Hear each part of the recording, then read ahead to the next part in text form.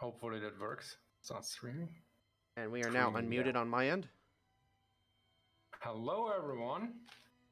Hopefully it works. Yes, and my stream is also online. So, hello everyone to a stream with many miles away, and we will play a bit of War Thunder. Hello.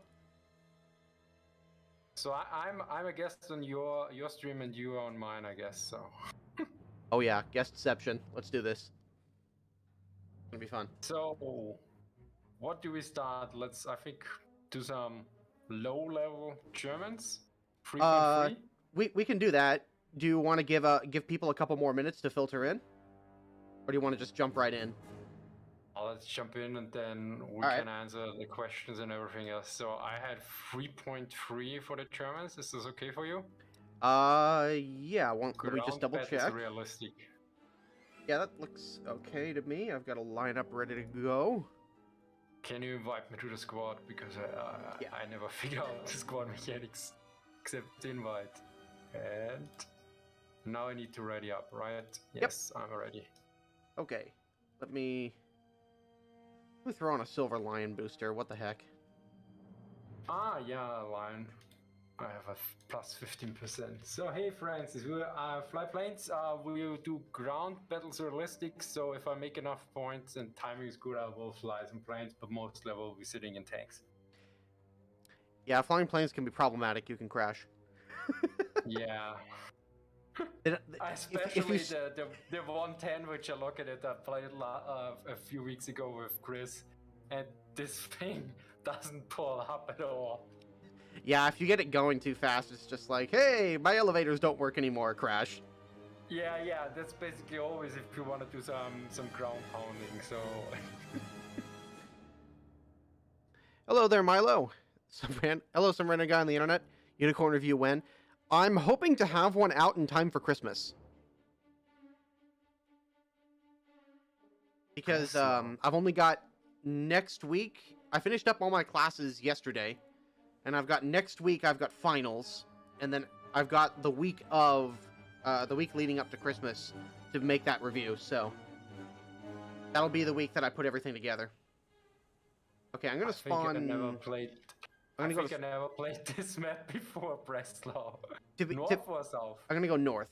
To be fair, I've maybe played it like 3 times. So it's pretty new, I guess. Yeah. I take the Puma. Okay. So I will rush A. Well, I will try to rush A, let's put it that way.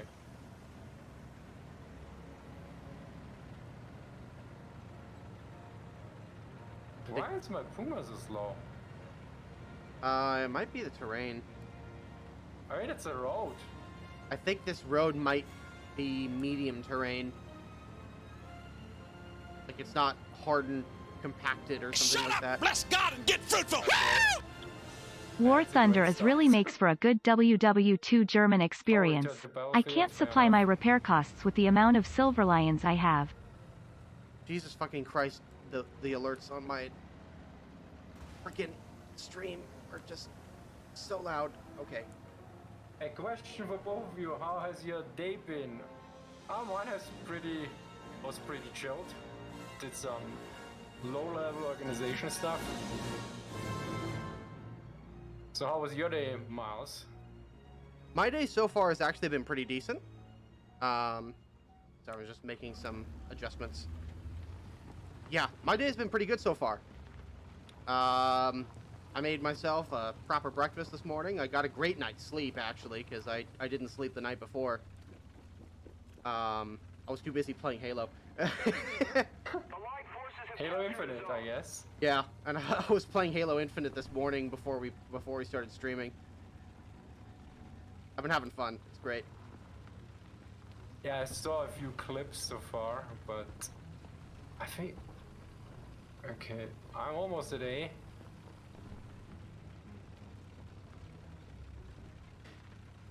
I have no idea where to hide here. You'll like this. Microsoft Office says War Thunder really makes for a good World War II German experience. I can't supply my repair costs with the amount of Silver Lions I have. That's a good one, man. Logistics? What are those? I mean, the whole logistics question is quite interesting because when I talked to James Holland on this podcast lately, and he said he thinks German logistics were excellent or really good and he referred to Italy, and basically said it's quite amazing that under the air superiority of the Allies and the whole terrain that they actually could supply anything to the troops. So I think it's a bit of it's really a difficult issue. Now tried this to start a bit of a discussion on this in my video on why German logistics were so bad.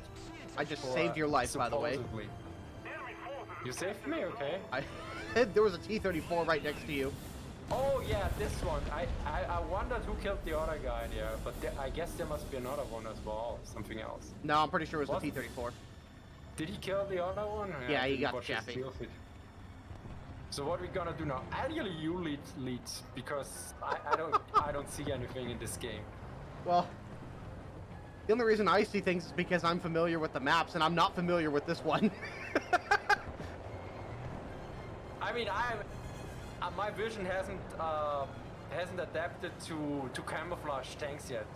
I played the game so much before all these bushes and everything on tanks were introduced that I still can see them.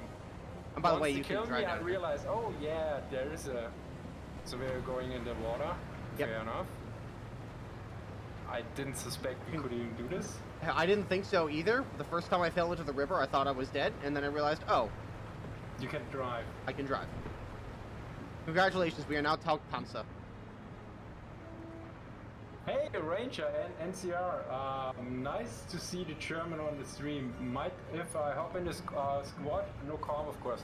Yeah, oh, that's a friendly. Miles, do you mind if a Ranger NCR drops in? Yeah, that's fine. So, send a message on War Thunder to... What is your name there? Or it is many miles away, all one word. Okay, send him a message and note you are Ranger NCR. Yeah, and then I can invite you. To the squad. Of course, more people are asking. Now I know Ranger NCR, so he gets a bit of a special treatment, guys. Yeah, all good. You probably have now 20 messages with, hey, I'm Ranger NCR. Actually, most people are just walking something move right in front there. There was something on the bridge. No, right to the building there, but it moved from left to the from right to left. Oh, I saw a tree go down over here. I think something just knocked that tree down. Oh, there was something again, or was this German. Got him. Jeez, it took me a bit to see that guy. Oh no, something here. Oi! Oh yeah, good shot. Oh, damn it. Reloading. Oh, and I just lost my gunner. Critical hits. Oh, there's a chaffee. Close. Very close. Bernard? Dropping right here. Smoke. Right here. Because I'm... Ah, you're still alive. Okay, I'm good. Did the smoke help in any way? No. Up. Bless God, get fruitful. I mean, it probably helped me. Oh hey Miles, say hi to MHV for me please. If I don't hit anything. Jesus Christ. Okay. I'm helping you hold. Oh, Oh, you know what? I killed it with my artillery. Hey, nice. It's a lucky shot again. Fixer. It was actually the guy damaged before. Okay. So there was where I saw the enemies moving before, I think. Yep. We got lucky on that one.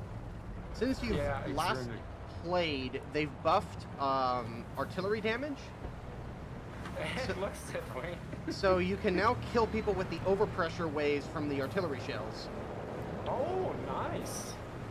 And now, granted, it really only affects people if it can find a way into the tank, i.e. through a penetration or it's an open-top vehicle. Okay, the information asked how far you on the German tech tree. Remind me when we're in the lobby again, then I can show you all my tech trees, all my German tech trees. Yeah. Probably easiest. Oh, P38. Oh no, is this a Swede? No, it's the P38, I think. Yeah, it's the P38. I'm gonna see if I can try to shoot him down. Oh, never mind. Oh, you gonna be able to get up that? Okay. Oh, hello. Who is that? German, out, and I just died. T-34, behind us, I think. I was right on target to click, and then he killed me. Oh God, I forgot I have this thing. Hang on. So let's take out my. Let's take out my Focke Woof.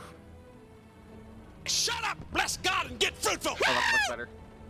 Howdy Miles, how did you like Halo Infinite so far? Thank you. Question for you, what's the topic you're interested in but haven't covered yet? Oh, so many. That's kind of the point of the channel, isn't it? Yeah,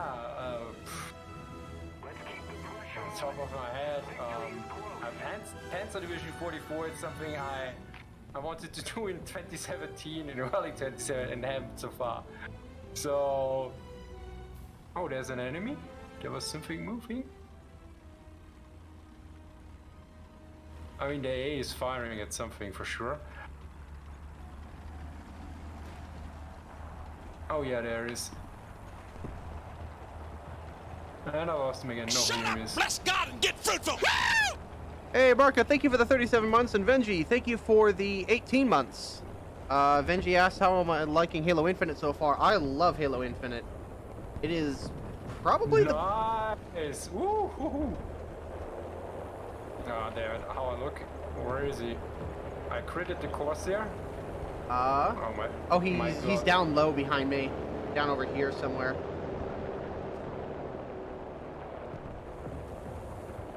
I lost him again. Yeah, he's over there in that direction, in relation to me. Defend the C point. Oh yeah, he's climbing back up, I think. Forces have captured a zone. I don't see. Can you shoot with a machine gun or something? Unfortunately, I do not have one. What are you? I'm Where in a is he? 251 with a Pack 40 on it. Okay, fair enough. I am desperation incarnate. Okay, that's 50 kills from the ground. Where is he, damn it? Critted a Corsair and then I can't finish it up.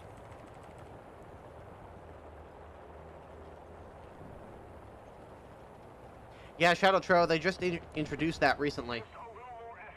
Now if you... Of course. Hmm? Enemy forces have captured a zone. Sorry. Lost him again? Oh, here he is. Yeah, if you have an event vehicle, like a rare event vehicle in your tech tree, it will now show you which event that you got it from. Somebody killed him. Okay, fair enough. I'm really blind. Well, we're just getting warmed up here. There is a. Oh, what? Why is something exploding between the airfield and the battlefield? Did somebody drop their bombs? Yeah, it's possible. Somebody may have ditched them.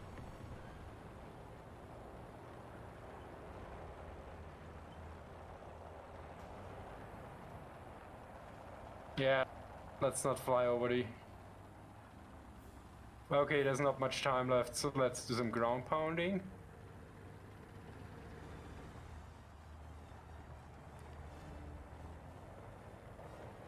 Oh. Hello, Mr. T-34. You just got killed by a half-track. How does that feel?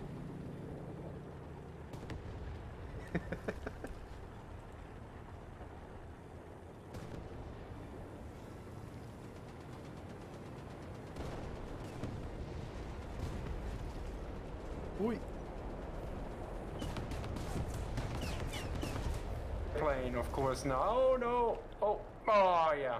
Well, should have dived. Dove? Should have dove? No. Dove, yeah. Dove is the word. Should have dove. Sounds rather weird, but fair enough. English conjugations are weird in general, so. Allied forces have captured a zone.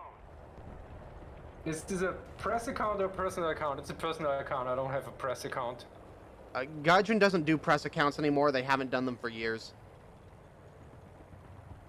I know. I wouldn't play on a press account. No. The only reason you would ever use one is to... I have used press accounts for game footage for World of Tanks and I think World of Warships as well for sponsored videos. But outside of that, I think I never had access to a press account. Yeah, Gaijin used to do press accounts for their YouTube program a long time ago. Before my time, even.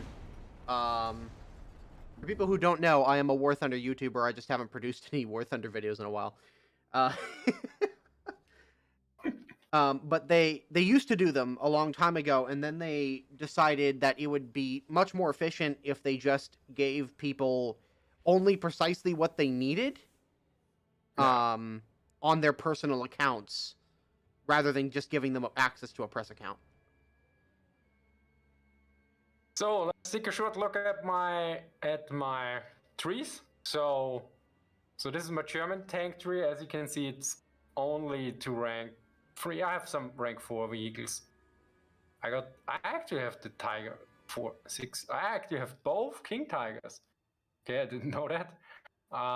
As you can see, Panther A, I have barely researched. I have the Arc Panther. I also didn't know I had that one. So I'm not playing that often, as you can tell, lately. So yeah, basically rank 3 I have mostly unlocked, besides the new vehicles, Shura, Emil, and Asam, which are not new by now, but were at one point. And here complete rank 1 it seems, and complete rank 2. For aviation I should have way more. Yeah, because I played this way more. So here I've actually up to the 163B. I have the Arado C3 and the B2. I have the Unicorn M262. I have the Hornet. The Hornet. I have a bit overworked, guys. And I have the MiG-15 BIS actually, yeah. So I think for the Germans I have the most. So for comparison, I think here in the profile you can actually see how many vehicles I have, yeah. So I have 148 German units, 118 Soviet, 92 American, then 72 British, then 58 Japanese, and then 20 Sweden, 12 France, 12 Italy, and 4 China. But I think I never played China, so these are basically the stock units. As you can see, I'm mostly Eastern Front, so Germany 148 and Soviets 118. As you can see, with the Soviets I have 50 elite units, and with the Germans 63. So I hope this answered the question about the trees. Did you get a message from Ranger? I did. He's in the squad. Oh, perfect. So then I will repair my... Where's the repair button? I think you just right-click on them and you can repair them right there. Okay, I'm ready again. Okay. Did you play the last crafting event? No, I don't even know when it was. I think I was thinking about one a while ago, but then I didn't. Yeah. So I actually barely played the events even when I was playing a lot on this game. The last major event I remember was getting into the closed beta for the ground forces, which was probably in 2012. And I know I played too much War Thunder back then. It basically burned me out a bit on the game. I know the feeling. Did you play Enlisted yet? No, but I know many miners have done it a lot. It's very fun.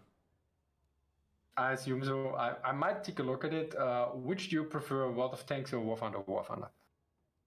So for me, my main problem with World of Tanks is the spotting mechanics. I never got used to those. and since especially since there was crew skill, and I actually think I only managed one tank, if at all, to get the crew to 100% to actually learn the Sixth Sense skill. So that was probably one of the major aspects, and I really liked War, and I think I played War Thunder actually way before I played World of Tanks. Also, could be. I played War Thunder a lot. Did you first try World of Tanks due to a sponsorship? No, I had it before. I remember I played it before because I remember before I had a YouTube channel, I think I teamed up with two Germans I met online or something, and we actually rushed together the enemy with 3 tanks and basically captured the flag. Oh, okay. And it was just pure luck because we never were able to do it again. I think we also played a few games, and I can't even remember. I think this was in 2011 or 2010 or something. Man, ancient days. Yeah, or maybe it was 2014 or 15 or something. I don't know. I lived somewhere in Germany, but I lived in various places in Germany at various points in my life. So. Yeah, I like Enlisted. It's fun. North or south spawn? Ooh, I'm gonna go north spawn. By the way, I had somebody from my chat join us that joins me regularly. Perfect. So we're north spawn. Let's go there. Okay, I take the boomer again and try to rush A again. Alright. That's the easiest way to get some points if you don't see the enemy.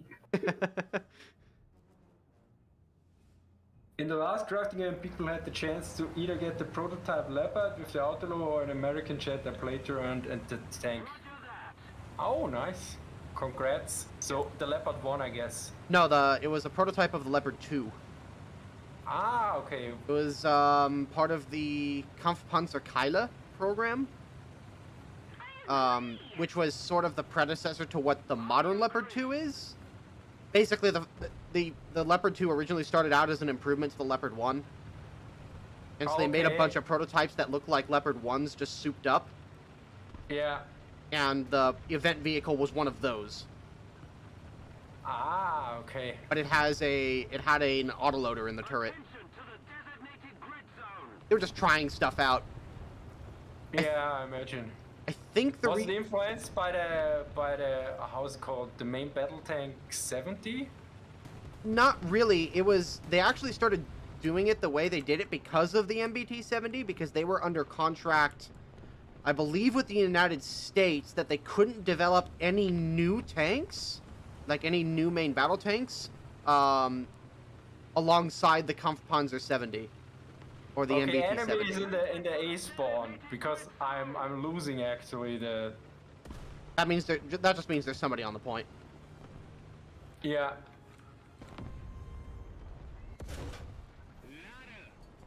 Okay. Oh, I see him. T50. I hit him once, but only 3 guys of the crew were injured. Oh, was this my crew? No, I think this was his. Yeah. 3 guys of his crews are injured, but he killed mine. Teabagger with a teabagger actually, yeah, with German tea. So let's take the. I hope NCR Ranger killed him. He's still alive, I think, yeah. But he's repairing. Where did that other vehicle go? I think Ranger is having trouble. I guess so. Oh. Yeah, I was killed, damn it. Artillery on his position. Attention to the designated grid zone. Enemy forces have captured a zone. Ooh. Wait, really? 105? You were killed by 105? No, that was Venji.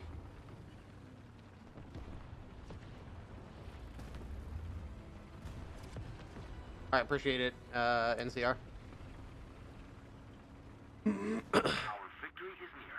The Allied forces have captured a zone. Oh, there he is. And right. Revenge. Got my first T-34. Very nice. Okay, let's change position. Okay, there's an enemy over there. I don't see him. Yeah, I see him now. Oh, damn it, I hit the house. There is an M4105 on me. That was not a very smart move, Mr. 105.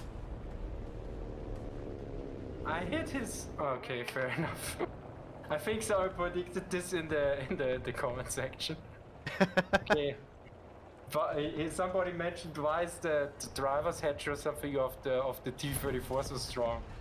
Yes, And now I hit it and nothing, and it just bounced, or the optics went dark, and then he shot and killed me. Yeah, the driver's hatch of the T-34 is double the thickness of the front armor. I think it's actually over double the thickness. But it's not... Is this historically accurate? Yes. The driver's hatch is like 70 millimeters, somewhere around there. Whereas the frontal armor is 34, 35, I forget what it's called. No, 45, I'm sorry, so it wouldn't be double.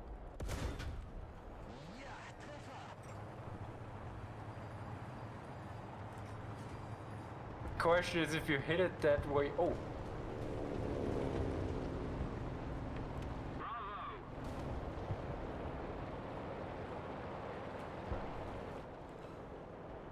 Yeah.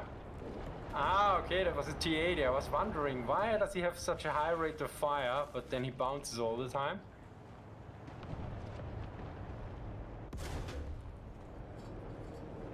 Okay, I just hit the track of a vehicle I can't see. Yeah, I see it now. It's...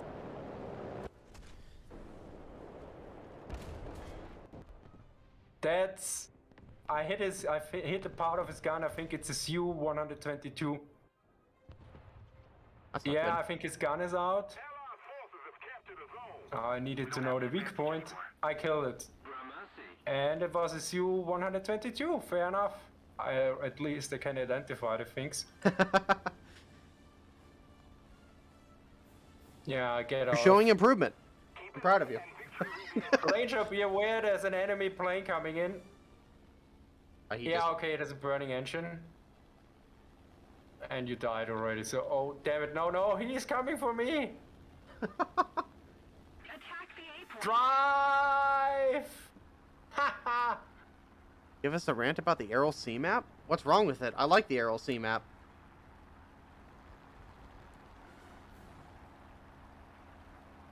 I mean, it's not perfect by any means, but I don't mind it, actually. The Allied forces have captured a zone. Oh, that's a PE-2. Oh no, that's not a PE-2. That's one of those weird Russian prototype things. I know, very descriptive. That's Yasma or something? No, Yak-2 KABB.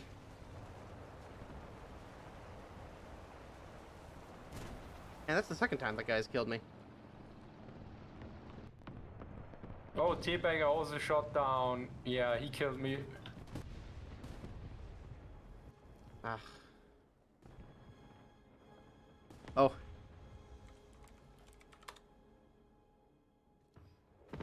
Apparently he's a fan.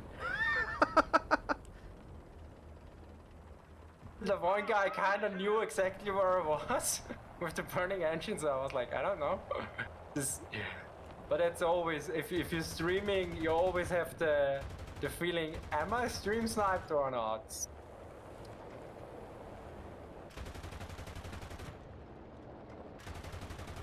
I have a lot of dead things over there. One of my corpses. Benji, you got somebody above and behind you, but they're not going for you, at least yet. Okay, something was moving here. T50. A little more effort and victory will be ours. What? I shouldn't have moved out. I thought he's gone for sure.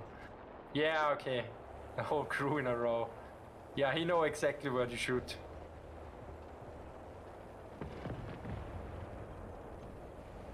Yeah, my fault. I should have moved out. I was like, should I stay in cover because he has a harder time spotting me. Okay, this is.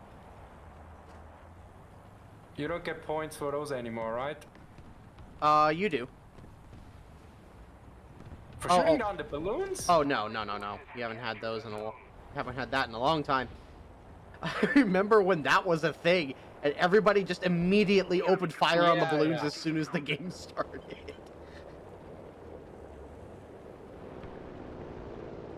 Oh, that's a friendly. Oh no, I'm getting strafed. Teabagger again. Yeah, he's doing really well on the enemy team. He only has one engine left. Shoot him. I critted something on his plane.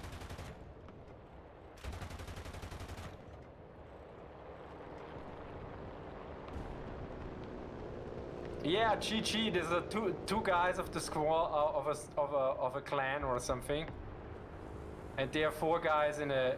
Yeah. And they're doing really well this game. Yeah, I guess they're also rather professional. I mean, yeah. They're organized. You know what I mean. So I have time for now chat. So ideally, add militaries visualized before it so I can easily see it. Least favorite German tank in War Thunder. I don't know, Infoman.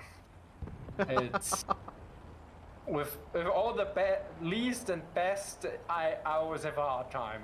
This is. That's really a better question for somebody who plays the game all the time.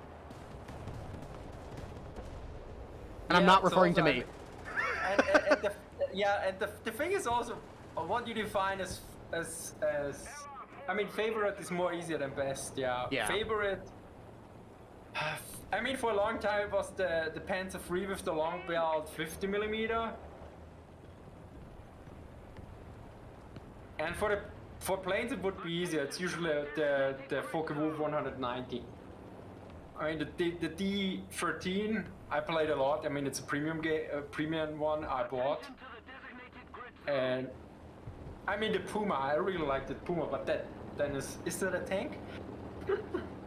Technically not.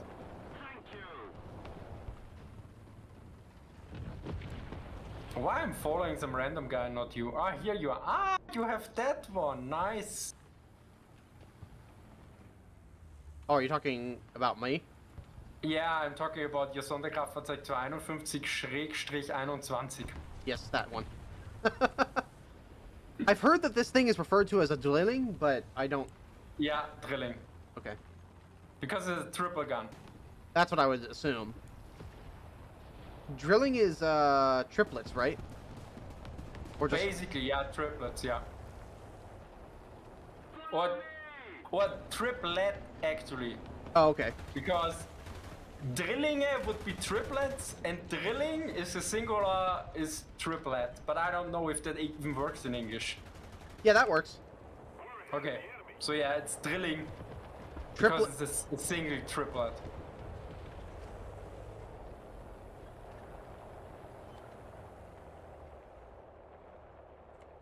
Man, everybody's recognizing me. Pardon? Everybody's recognizing me in game. Yeah, I mean, you're a quite well-known War Thunder streamer, right? Define well-known. I mean, yeah, I mean, there are way larger ones, I think, out there, but... I've been around the block a few times, we'll put it that way. Yeah. Who are the biggest ones? Fly Daily? Well, Fly doesn't really stream very much, but he is the biggest War Thunder YouTuber. Ah, yeah, of course. There's also the difference between streamer and YouTuber. I always forget that, yeah. I would say the biggest streamers right now are probably Justin Plays and Jean-Claude Van Schott. Never heard of those two names at all. Jean-Claude Van Schott is fantastic, and Justin is a really cool dude, too. Yeah, he dropped the torpedo at you? No, was it rather? It was a bomb. A very large bomb, but a bomb nonetheless.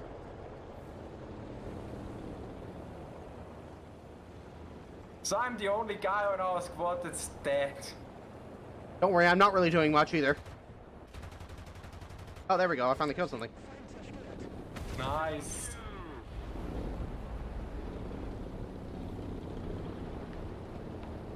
So guys, now is the best question to ask, best time to ask me questions, because now I'm not preoccupied anymore. And it will change soon again. Trimbino, thank you for the compliment, man. Appreciate it. He says, Miles and MHV, love your guys' stuff. Thank you very much. Rob T. I asked, are you missing any World War II tank in War Thunder? I don't think so. Is there anything? I don't. Repeat the question? I mean, do you miss any World War II tank in War Thunder? I mean, what could be interesting would be the ASRock, but that's not a tank again. The Raupenschlepper Ostpark, and it's also an awful vehicle, but I could imagine that it could do rather well in War Thunder. I mean, it's too slow, that's the main problem, I guess. Is that the RSO tractor with the Pack 40? Yeah. Yeah. The rolling coffin east.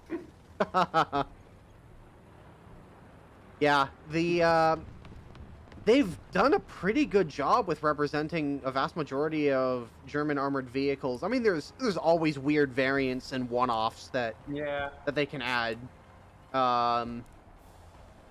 I mean, like there's a number of modifications of the 251 that they haven't put in. Yeah, of course, but then it's mostly after. I mean, for me, probably post-war it would have been, but they added it recently, the Weasel. Yeah. I mean, there's still a couple Weasel variants that we can still see. Yeah, I mean, do they have the one with the toe? I mean, there's also the Weasel 2. The Weasel 2 with the Mörser would be interesting, with the mortar. Well, there's also a number of other variants that were like experimental that they could add. There's one version that I lovingly call the Box of Doom. Where it's got a stabilized optics mount, like turret, on top of a Weasel 1 hull with a 20mm on one side that's stabilized and a hot ATGM on the other. Okay. And it can raise the optics up above the vehicle like a telescope or a periscope. Yeah, I mean, I think they had a Recon variant which did this. Yeah, but this one is also armed with a 20mm and an ATGM, and then there was another one which has a rotary 30mm cannon and an ATGM. Okay, so a rotary, you mean a Gatling? Like... Not a Gatling, it's a rotary chamber gun, like an aircraft gun. So it's like a revolver. Yeah, okay, yeah, now I get it. Not barrels, but yeah, okay. Yeah, chambers. And that, I believe that was the RMK-30 cannon? I could be wrong, but I'm pretty sure that's what it was. But yeah, there's some neat variants that they could add, and apparently there's also a variant that I hope they don't add anytime soon, because it would be broken as hell, which mounts spike non-line of sight missiles. Which make missiles like the Javelin look like toys. So that's a rather new variant of an ATGM, right? Yes, that's a missile that you can just fire up into the air and it will find targets on its own. Oh yeah, that sounds terrifying. Yep, and the vehicle just has to know that there's something out there worth shooting at. And he just fires a missile, and the missile kind of just goes off and does its own thing. So it basically arms after a certain distance, I guess. Yeah, it arms after leaving the launch tube, and the operator can there's a camera mounted on the missile, and the operator can TV guide the missile onto a target. Nice. And is the connection with a cable, or is it? No, it's radio, I think. I'm pretty sure it's radio. Okay. But yeah, you don't have to have visual line of sight on the target, you just have to know that something is out there worth hitting. Wait, why is his name Vengeneer and Eye of the Tiger? That's just a title. Yeah. Okay, I get, yeah, because I was like, I'm confused. He's doing really well. Yeah, He's carrying us the entire way through.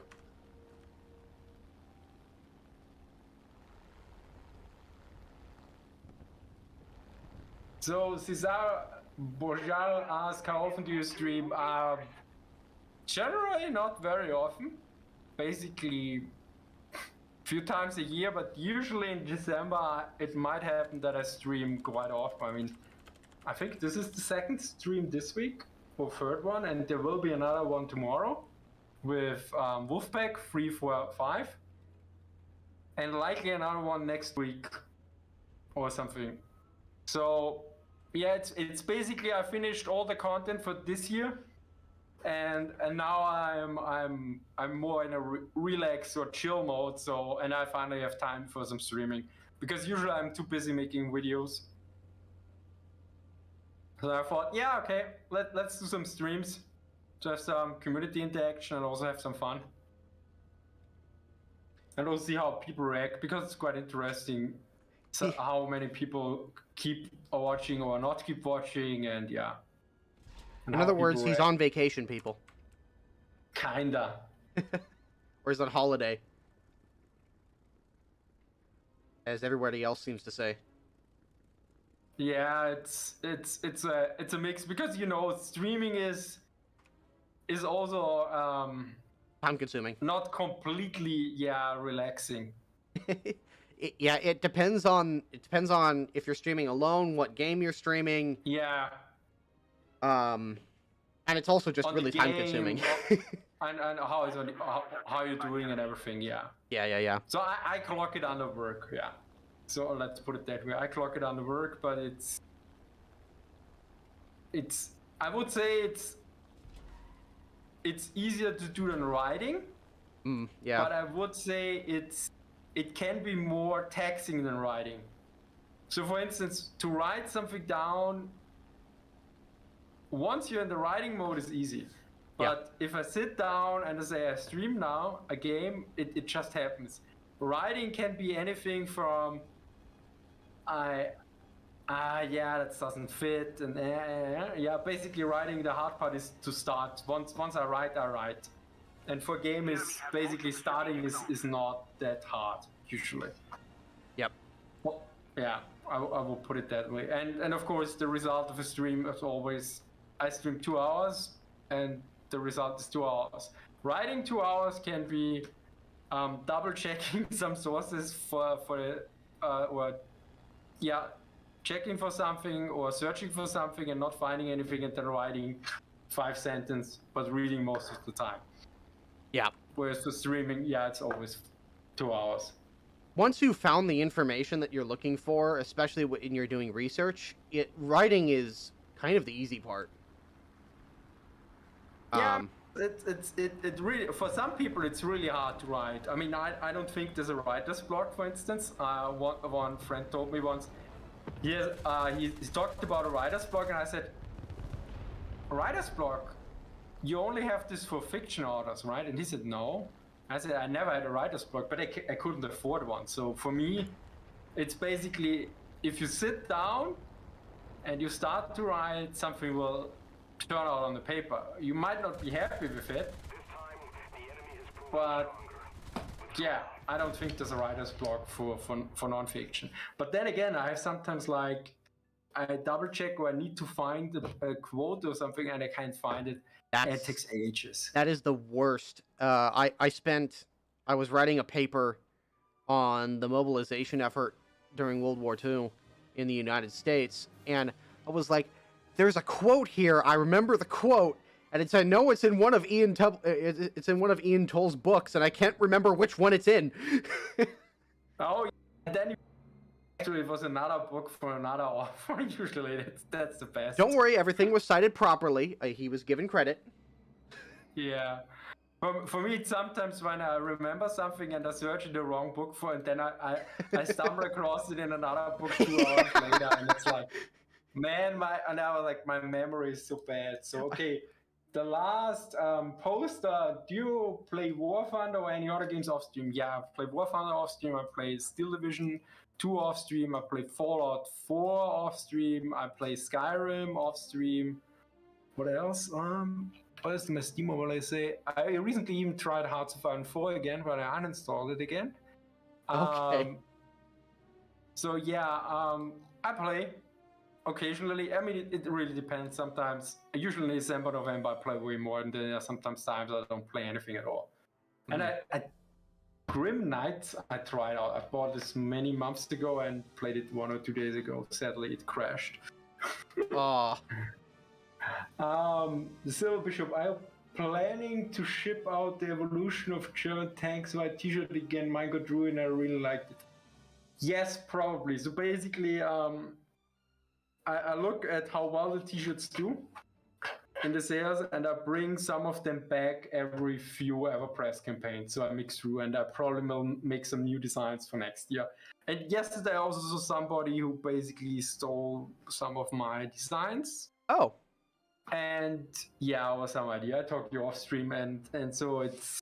I mean, this is also another reason why I'm a bit changed my EverPress campaign strategy a bit, because yeah, some people just Some people just steal it. rather shameless. Let's put it that way. I mean, it's also you can argue, is it my idea, is it not, and yeah.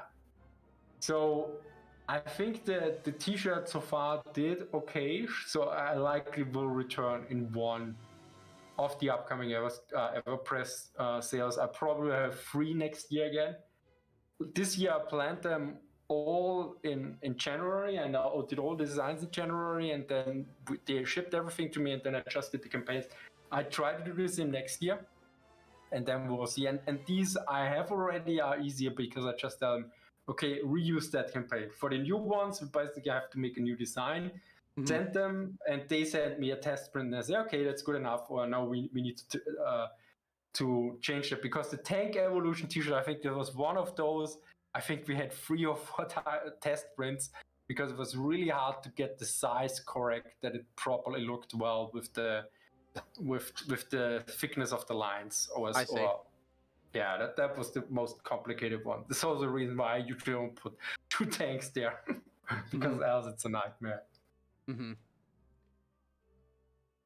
Yeah, I picked up in the recent sale. I bought a Bundeswehr, and I bought another. You had me at Panzerkampfwagen Ausführung 6, or Ausführung B, or whatever, something like that. I can't remember which one it was. The Sturmtiger one, I guess. No, the Tiger one.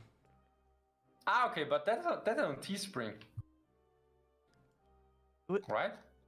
No, I think it was an EverPress. Let me double check my order real quick. Because EverPress, you had me at, they only have the Sturmtiger, and I don't have the regular Tiger. The regular Tiger, if you had me at, is on Teespring, I think. Oh no, I rebought the Stuglife t-shirt. That's what it was. Ah, that one. The Stuglife with the 3 in it, yeah. Yep. Did you try Hoi 4 after this DLC? Yes, I did. Actually, that's why I started, and then I was like again frustrated. And no, I haven't tried Enlisted yet, but Many Miles Away has, and he really likes it. I think it's fun. It's not for everybody, but I think it's fun. Yeah, so I bought the Bundeswehr and the Stuglife. I get compliments all the time for the Stuglife t-shirt, by the way. Ah, excellent. I'll go to a gun show or something like that, or I'll just be in the store, and somebody will be like, "Hey, I like your t-shirt. It's great." And did I tell you that one of my classmates this last semester recognized one of your t-shirts when I was in class? Yeah, finally I'm reaching levels of fame. I mean the craziest comment I got at the Corneo reenactment, when one guy came up and he said, one person told me you're some kind of god in military history, as if it was something god in military history. And I said, no, I don't think so. I have a YouTube channel on this. And then they say, yes, you are. Something. I was like, okay, yeah, if you want to call it that way, I don't know. So wait, we have another question. The Infomant, did you ever found something in the archives which you didn't intend to find but still found interesting? Yeah, a lot of times. Basically the archives is you go in there and you have like a list, and you think, oh, I really look forward to this. This must be excellent. And you look into it, and it's like I searched what the Germans think about the Sherman. I put all the Sherman files, and basically it's always a technical description, and usually not a single comment about it. It's not, it's bad or it's good. It's the regular medium tank of the Americans. Great!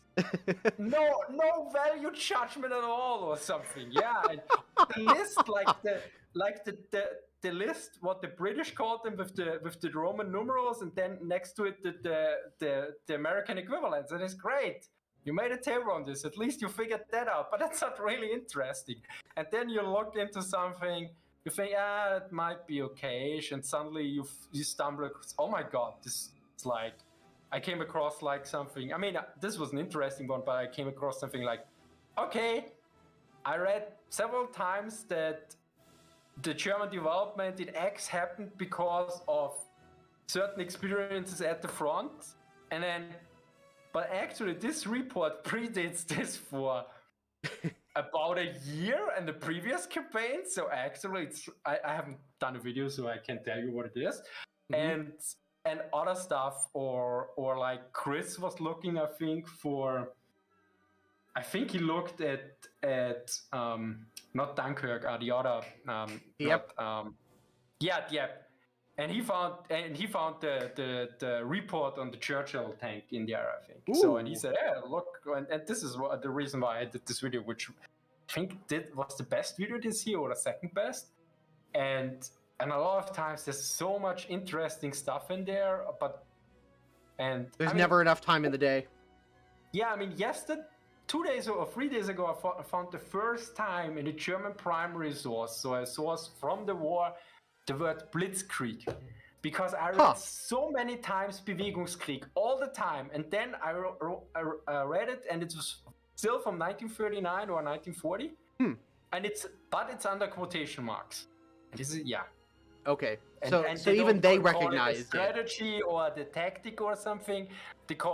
They talk about the warfare, and then I sent this out. This was the first time I ever came across it. Doesn't mean it's somewhere else there, but as far as I know, it barely comes up, and it's definitely not a doctrine or they just use it then as a label for a war that is basically fought rather fast.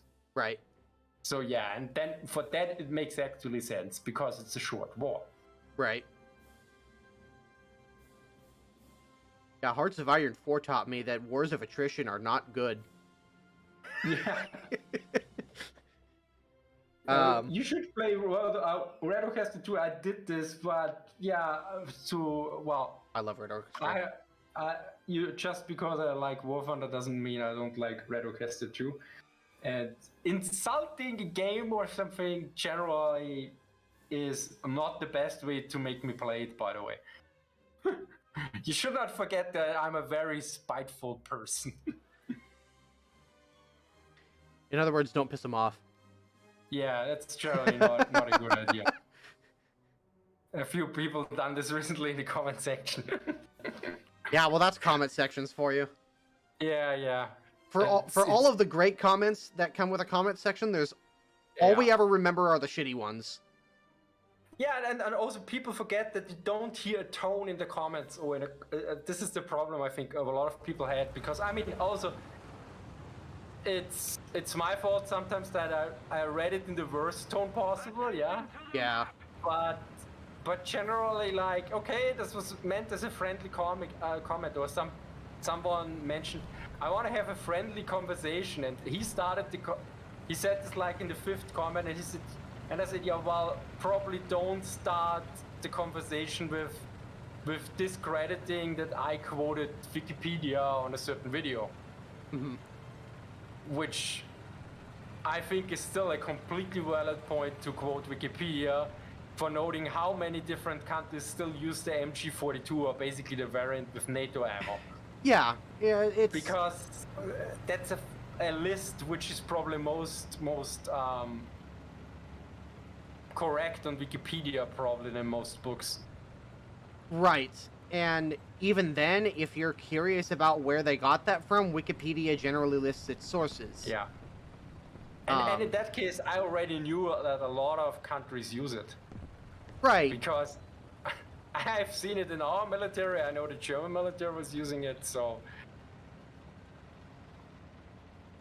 I mean, there are certain things that Wikipedia is very good for, but there are other things that it is not very good for, and people... Yeah, exactly. And people... and people just assume that that Wikipedia is bad for everything if they're interested in history or research, and that's not necessarily true.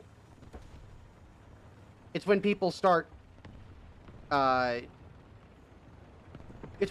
getting their facts about highly controversial topics from Wikipedia, then you have to start being very careful with what you're reading.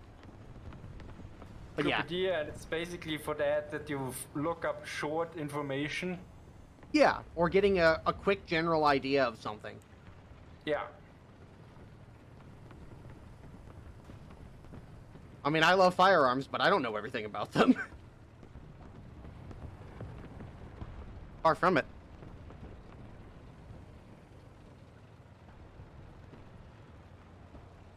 Out at that was basically cheating. Is he dead? No, he isn't.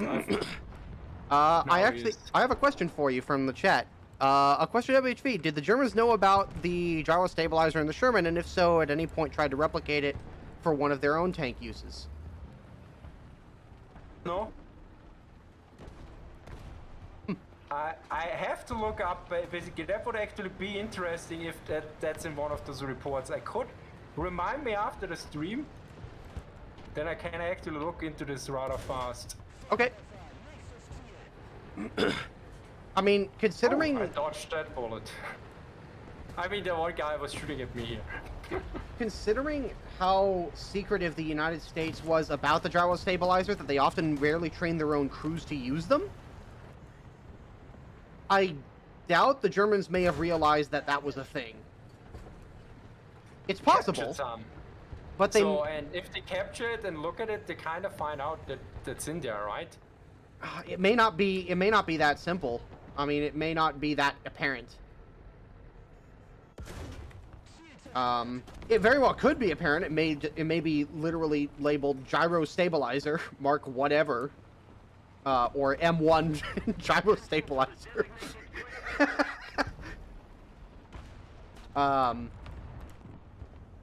But at least according to Chieftain, the crews were rarely trained on them, and the ones that did use them basically figured it out on their own. So I guess if a bunch of GIs could figure out how to use a gyro stabilizer, I'm pretty sure the Germans could too. But if I recall, I think a lot of that may actually come down to German doctrine. I recall reading a long time ago, I don't know where this is from, and I don't know what source this is from, so this could be totally wrong, that German crews were always trained that they must stop before firing. Noted, it's noted, they note, for rare instances, then you can drive and fire. Okay. I think it's something like that in the 477 and 476 manuals. Okay.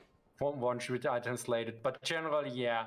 I mean, this was the case with most. I mean, I also heard somebody ask me the question. Okay, there's the plane. That the Germans were better at firing on the move than the Soviets, and I was like, where do you have this information from? Because from all I know, you don't fire and move with a tank at all, if you can prevent it.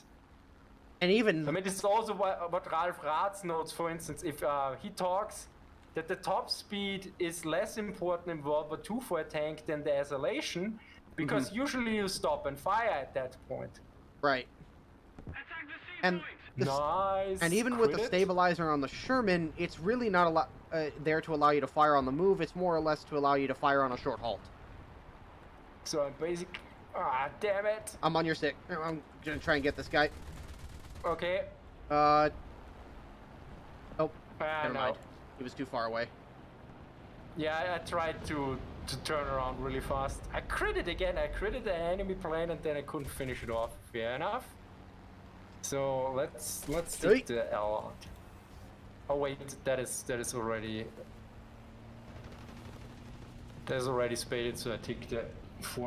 Do you have any recommendation how people can research on topics like tanks, for example, without having the ability to look up in the archives? Well, you can look at all the open information that is out there. There's quite a lot out there, actually. 40 months. Jeez. Hey, you can Napalm, also thank look you. at tank archives. Peter, he provides a lot of information that is on the archive. Hey, Napalm, thank you for the 40 months. Appreciate it. In important books, they also provide a biography, and usually there's a lot of information out there. If you look at German tanks, I would start with the Panzertrack series by Jens and Doyle, because they basically, a lot of stuff that's in the archive, they put into their books. Hey, Chris joined us finally. Hey. Miles is a bit on the quiet side. You know, it's. Is that because my microphone is too quiet, or? Because I'm talking a lot. I think Oh. he's referring to that. Oh, Ranger notes. So a tank manual mentions firing on the move a lot, actually. I guess it's a doctrine thing. Very interesting. I didn't know that. It does I believe it does mention fire on the move, yes. But it's really not. The stabilizer's really not there to allow you to do much more than suppress on the move. Like, you're not going to be hitting point targets with the stabilizer on a Sherman.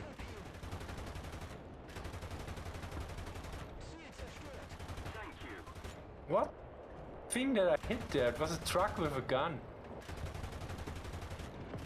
Could be. But it was not an AA gun, it seemed.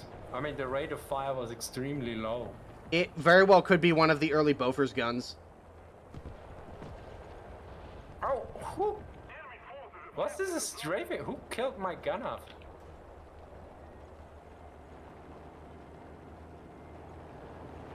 The early Bofors guns have a really low rate of fire. Attention to the designated grid zone. I think it's only like question 120 rounds a minute or something like that. So the question is, where is he now? Because I'm driving here, yeah, it's way too dangerous, especially.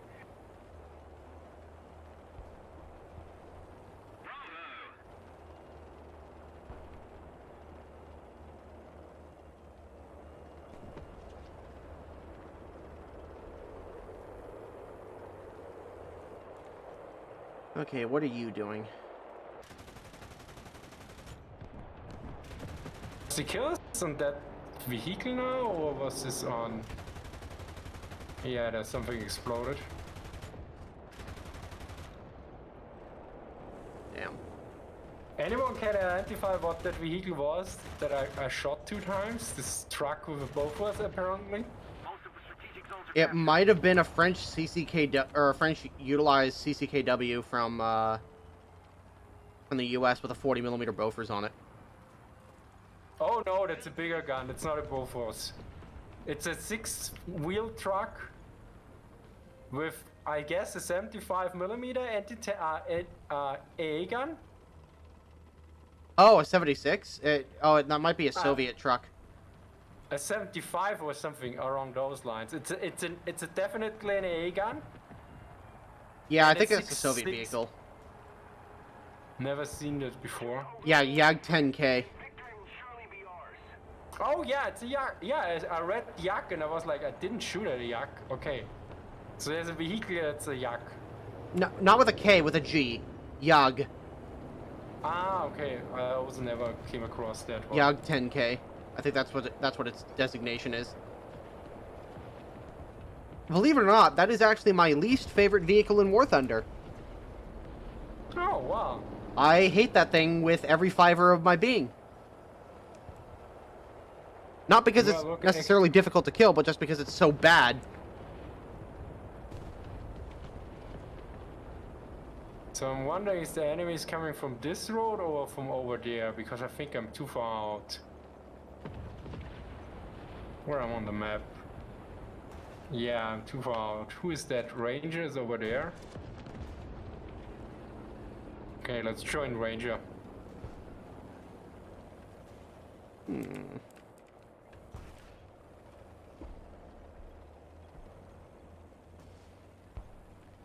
my penetration like?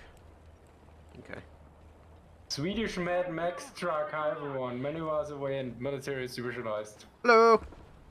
Marcus Newman, I recall reading in the old GDR book about T-34 that they captured the first Tiger II because of firing from the move, as the German crews couldn't get to the tanks.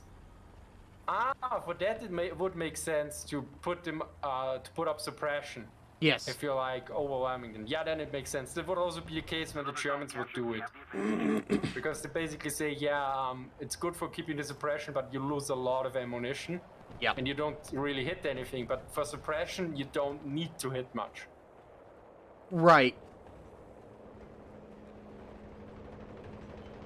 Although the best suppression fire is accurate fire. Of course. I mean, the best suppression fire is if you kill the enemy. Yes. Because he's definitely suppressed then. He's not getting up from that one. Oh, okay. Summer camouflage. Nice.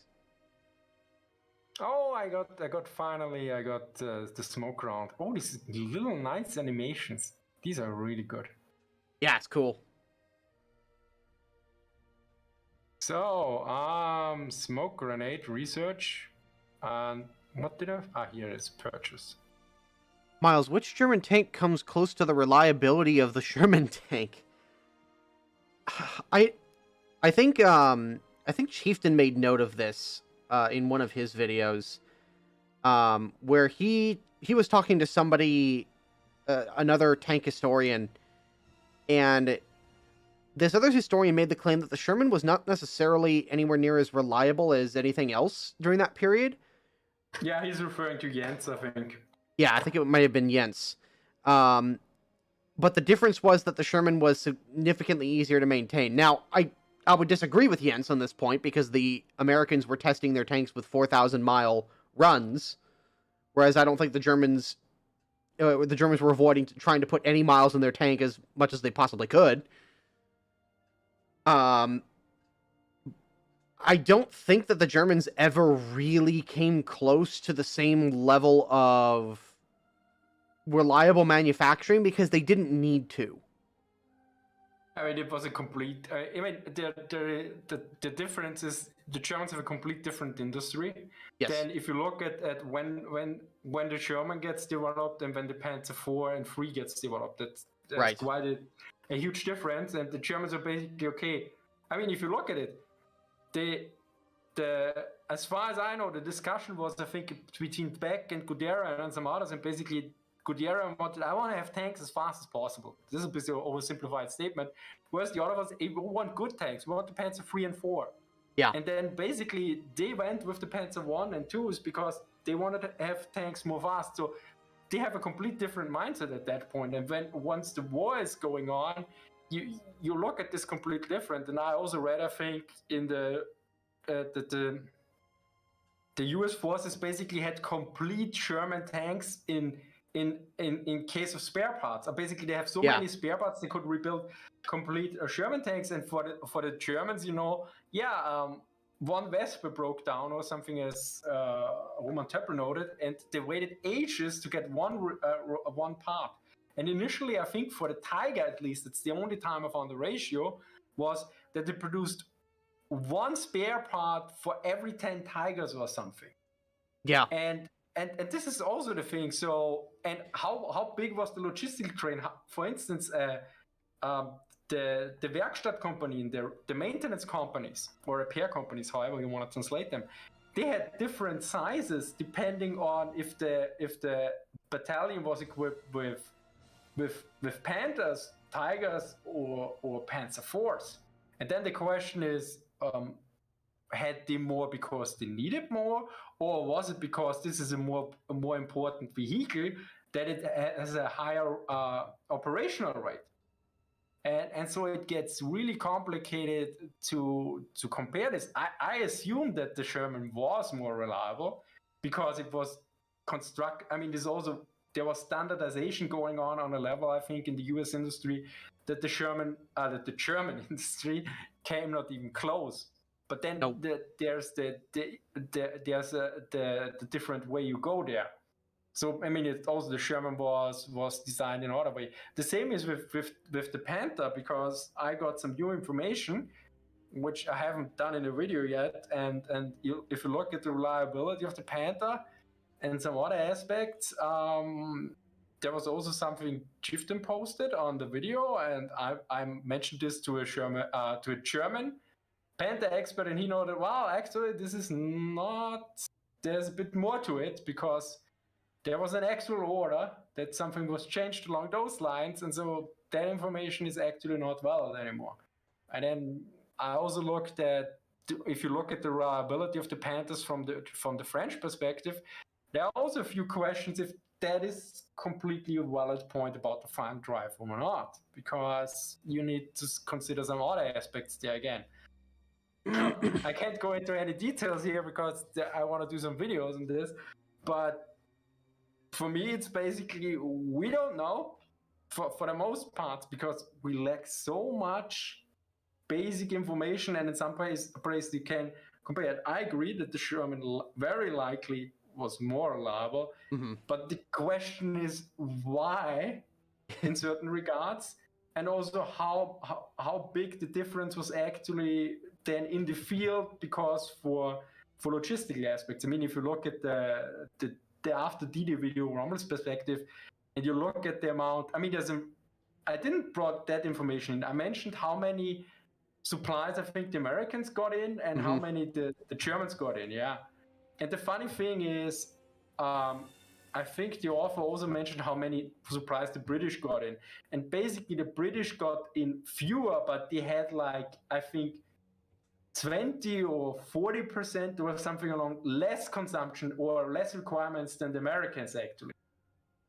So you could also say, okay, the Americans had a lot of stuff like, or like the Americans had ice cream in their submarines in the Pacific. Yeah. I mean, tell that the Dönitz guys, the German submariners, they're like, what? I'm happy if I have some water to wash myself. And then in the Pacific, oh, we have ice cream. So the American submarines also had air conditioning as well. Yeah, I mean, this is a complete different aspect. So for the Americans, the reliability and everything was way more important. And this is the same with, they have the industrial output, so you can afford more logistics. I mean, there's basically, I forgot how this went. You have industrial base. This is, from that base you can deploy a certain size of an army or produce a certain size of an army. Right. And then, but that you need a logistical aspect, but that is also basically supplied by your industry. So if your industry is lacking, you can decide, like, do I try to go to a short war and go to the other extreme to try to win and, for instance, reach Moscow or reach Paris? Because you can sustain a long war.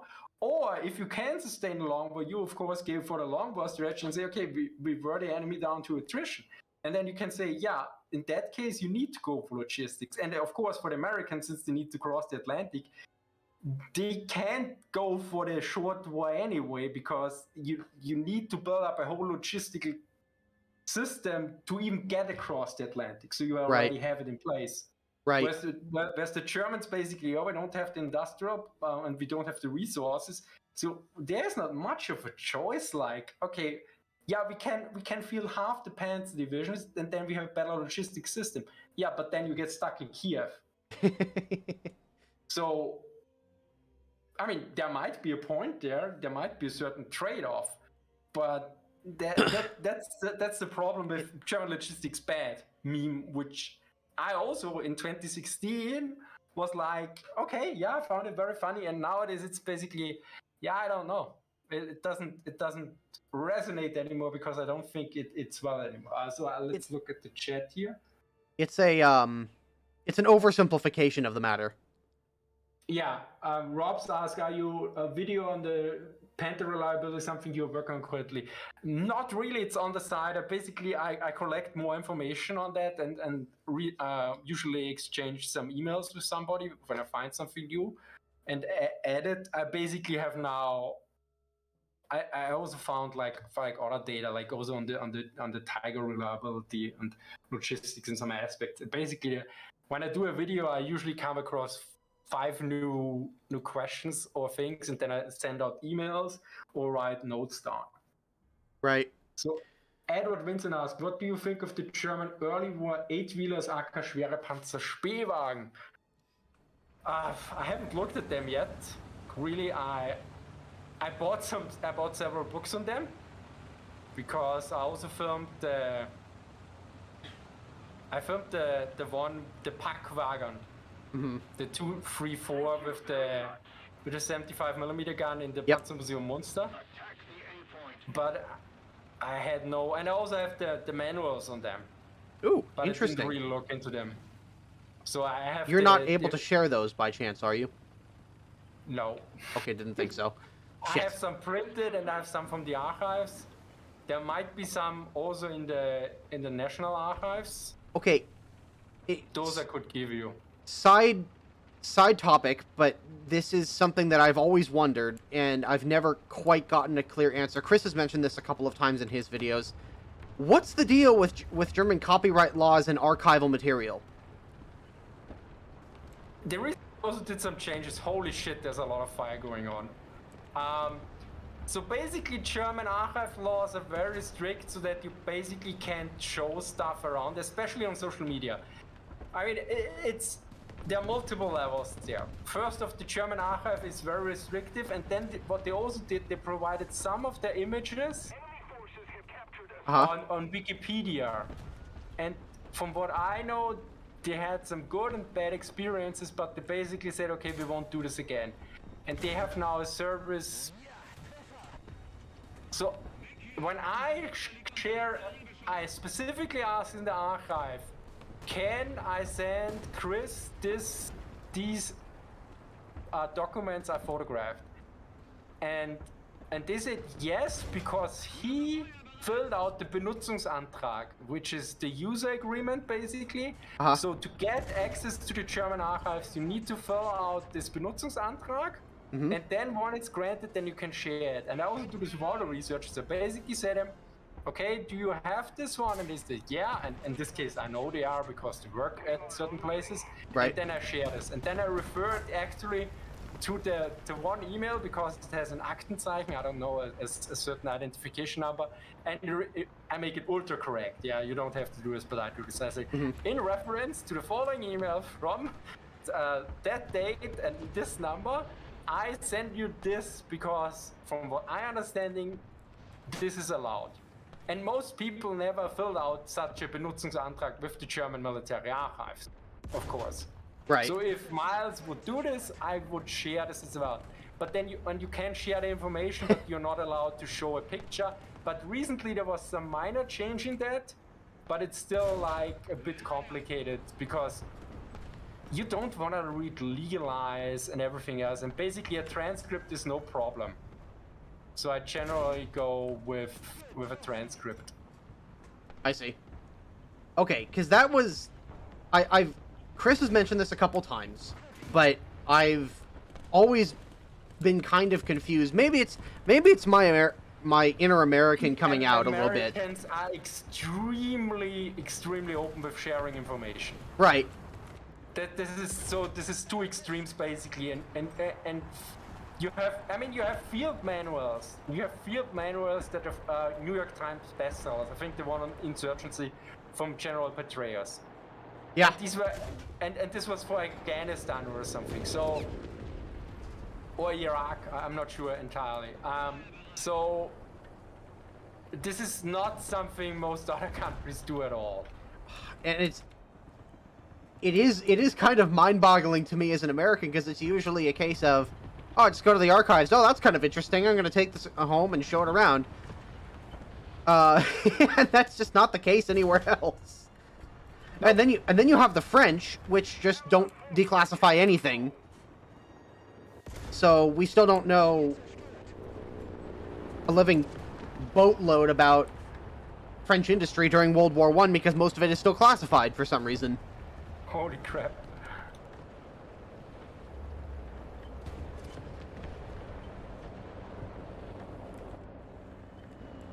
Uh-oh. I hear a bomb. Ow. Well, I got 5 of them before I went down, so I'll take that. Nice.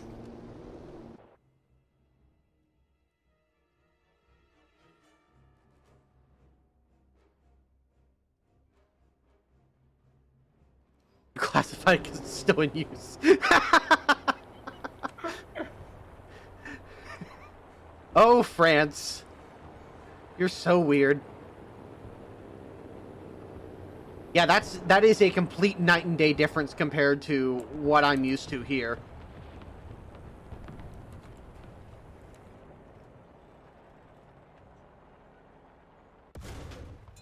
Getting markers all the time. There's nobody out there. The markers may not be 100% accurate unless they've got that eye over them. Yeah, these were actually the eye markers. That is what confused me so much. I guess they're in a ditch there. Oh, I just took out the barrel of that KV.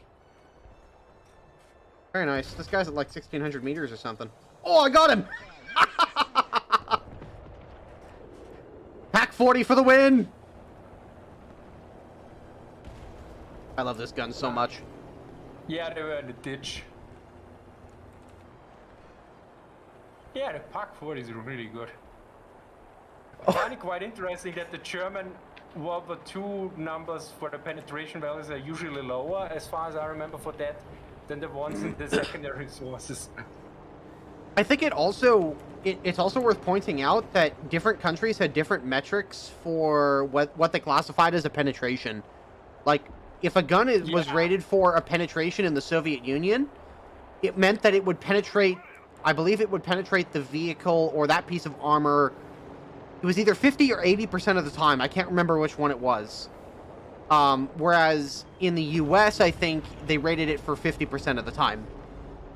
Or higher. Yeah. So, penetration does not mean perforation. Yeah, and it's also, I didn't even know that, what you mentioned. And for the Germans also, they had like, usually, they give the degree, but they give it against the vertical and not the horizontal or the other way around. But the funny thing is, Chris found it out, and he, for instance, the Luftwaffe, I think, went also different way than the army. So it was also different there. Yeah, it's like, okay. I just nailed a Sherman on the move at like 1,200 meters. I'm so proud of myself. Woot. Holy, the nerve, the Puma, really. Every time I take a ditch with some water, I basically stop. Oh, that's just War Thunder in general.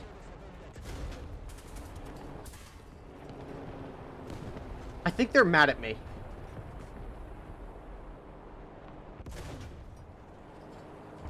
Oh, there goes another I M10. really like that all the frackages are now still there. Yeah.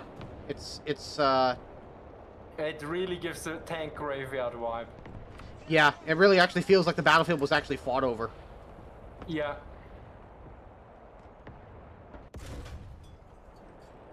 Ooh! Well, there goes his 50. Oh.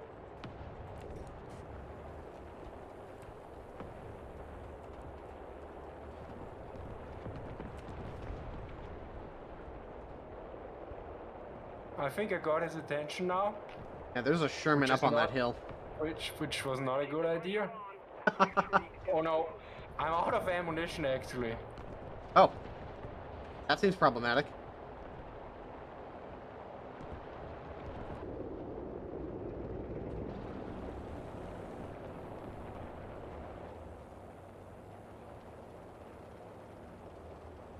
Finally got my first.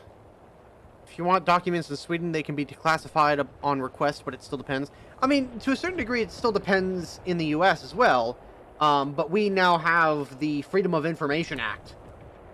So if something, like if the government is holding something, or holding information about something past a certain period, I believe, and they haven't declassified it for some reason or another, you can put in a Freedom of Information Act request, and I believe they will do a manual review of the information, and then release it to the public.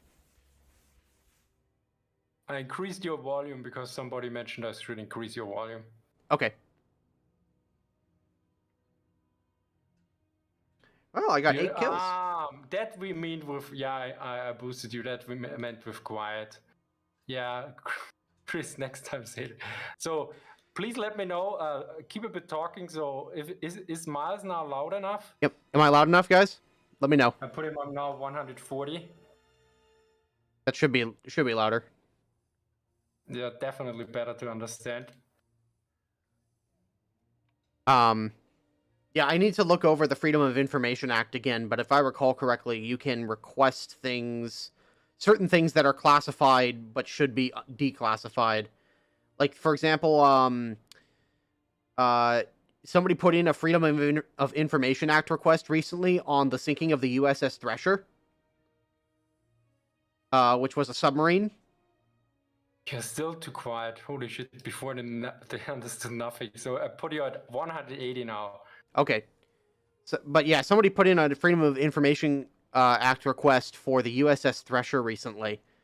And that was all classified material from, I believe, from the incident where it sank. And the narrative that had been told to the public and the narrative that had been told to most of the submarine force turned out to be complete lies. It was. So when did this happen? Because I need to check. Because basically, general archive law is, as far as I know, near everywhere at least 50 years. So before 50 years, nothing gets disclosed anyway. Yeah, this happened. It sank. When did it sink? 1963. I suppose I actually bought a sprocket a few days ago for a stream, but I haven't started it yet. I installed it a few days ago, but I haven't started it. Yeah, it happened in 1963 when it sank. Yeah. But it had not been declassified because the government had, the tale that the government told us was not what actually happened. Yeah, I mean, this is also a sensitive issue as well because it might still affect modern aspects.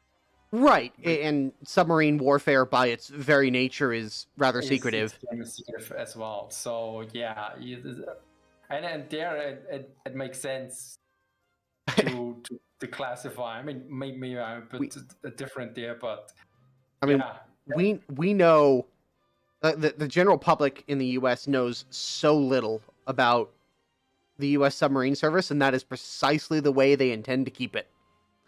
Yeah, makes sense. I mean, these are the guys sitting on the nukes, and they are underwater for a reason. I mean, yeah, it's like this is. I mean, I also saw like the whole controversy with the whole special forces with the Navy SEAL Team 6 and something, right? Where they said, yeah, the information came out that shouldn't be out there. So there might be minor aspects you mentioned which give away the enemy a hint what you're doing. I mean, some argue, okay, this is basic procedure since 100 years, because there was a discussion in the comment section. Mm-hmm. One of the videos I found it and said, yeah, they gave away this, and another one said, well, that's basic procedure for 100 years. Right. But there might be other information. There's some minor aspects where you can actually, it makes click now, or what it might actually tip the enemy off in another way because he has some other information which he can make sense of. And this is always a bit of a problem, of course, and yeah. Right. There's another question here. Do you know why the Tiger II was produced, despite the fact those tanks won't be used as intended, and that the Germans would remain on the defensive? Well, they didn't know they would remain on the defensive forever.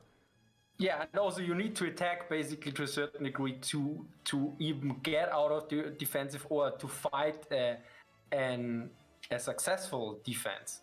Because you always, to a certain degree, need to counterattack to a certain degree, or at least a counter push. And yeah, I mean, you don't win wars by sitting back and defending. Yeah, I mean, rarely there's some basic, sometimes that can happen. We could say Vietnam probably, but they also took the offensive. So Ho Chi Minh, right? No, Ho Chi Minh, Tet offensive. Sorry, Ho Chi Minh was the guy in the trail, but not and there's also the argument I have to look at it. I mean, from what I know, tactically and operationally it was a failure. But strategically, it likely pushed the public opinion in the US far enough that they got out of the war. Right. But I might be terribly wrong here, so I haven't. This is only my basic knowledge of that, and I will look at it at some point and clearly make up my mind or produce some scholarly from some scholars some opinions. Shadowtro says, "Yeah, you win wars by selling weapons to both sides." Yeah. I.e., you win wars by not getting involved in them if entirely possible. Yeah. Germany was never on the defense, it was always a trusted delayed offensive. Would you ever or have you made a video on the development of medically and dental attached units of the hair? No, I last year did some research basically in medical stuff, and I also got several books on it. And I started to look at it. At the same time, I prepared for the German Austrians in the Wehrmacht. I take the left side, and as you can see, the Austrians in the Wehrmacht then happened about 1 year later, but I haven't picked up the other topic yet. So I will go for A. So a lot of stuff I look into, but new topics usually take longer. And the other way is, it's always like, this is one of the topics I know it could be successful, but generally it's probably not. And I'm also more hesitant and usually skip ahead and go for another topic that's more popular or sometimes more easy. For me, for instance, finding an article about Panzer Doctrine and then doing a video on it, like the German general that argued against Panzer divisions in 1937 or something, that's way more easier done for me because I read the article and then I provide some context where I already know where it's written. And that's about it. For medical stuff, it's I need to read the basic article, I need to check the other articles. I might look into other stuff because I basically don't know anything about it. So it takes way longer, and the likelihood that fewer people watch it is also there. So you have always this trade-off. There's of course several videos where I say, okay, it's worth it because I need to get into this. But that's not always the case or possible. Right. Alright, shut. Oh, there was somebody up there. Oh no, I pressed the wrong button.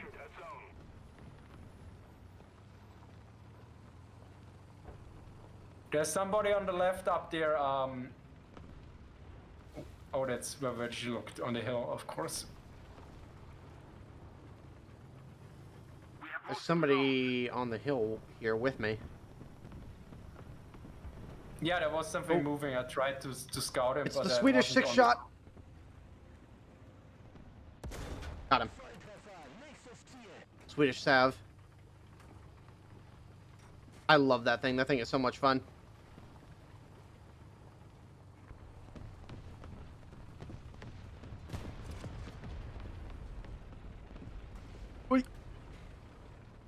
Oh my god, I killed a lot of things.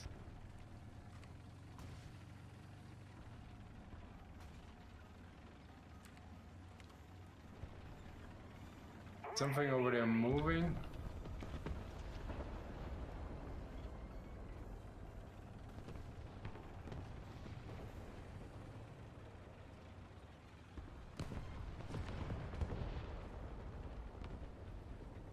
Enemy forces have captured a zone.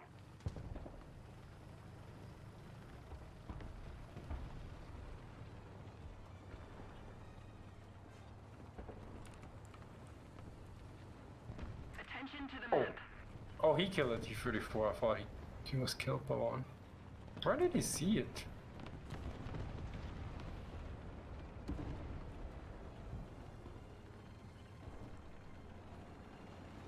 Oh! Okay. That was... Okay, that was over there. Alright, fair enough.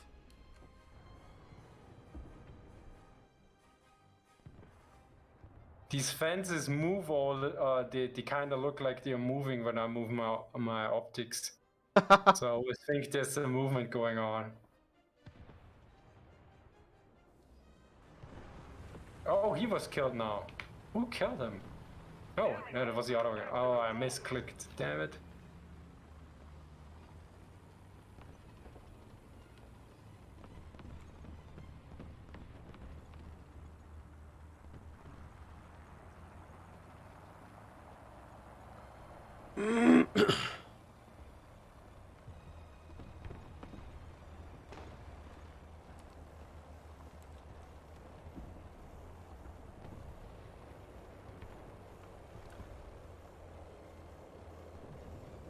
You know, it would be really interesting to see you do a stream with one of the World War II combat mission titles.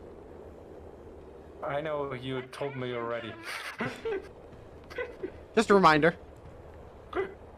Stop bugging me, please.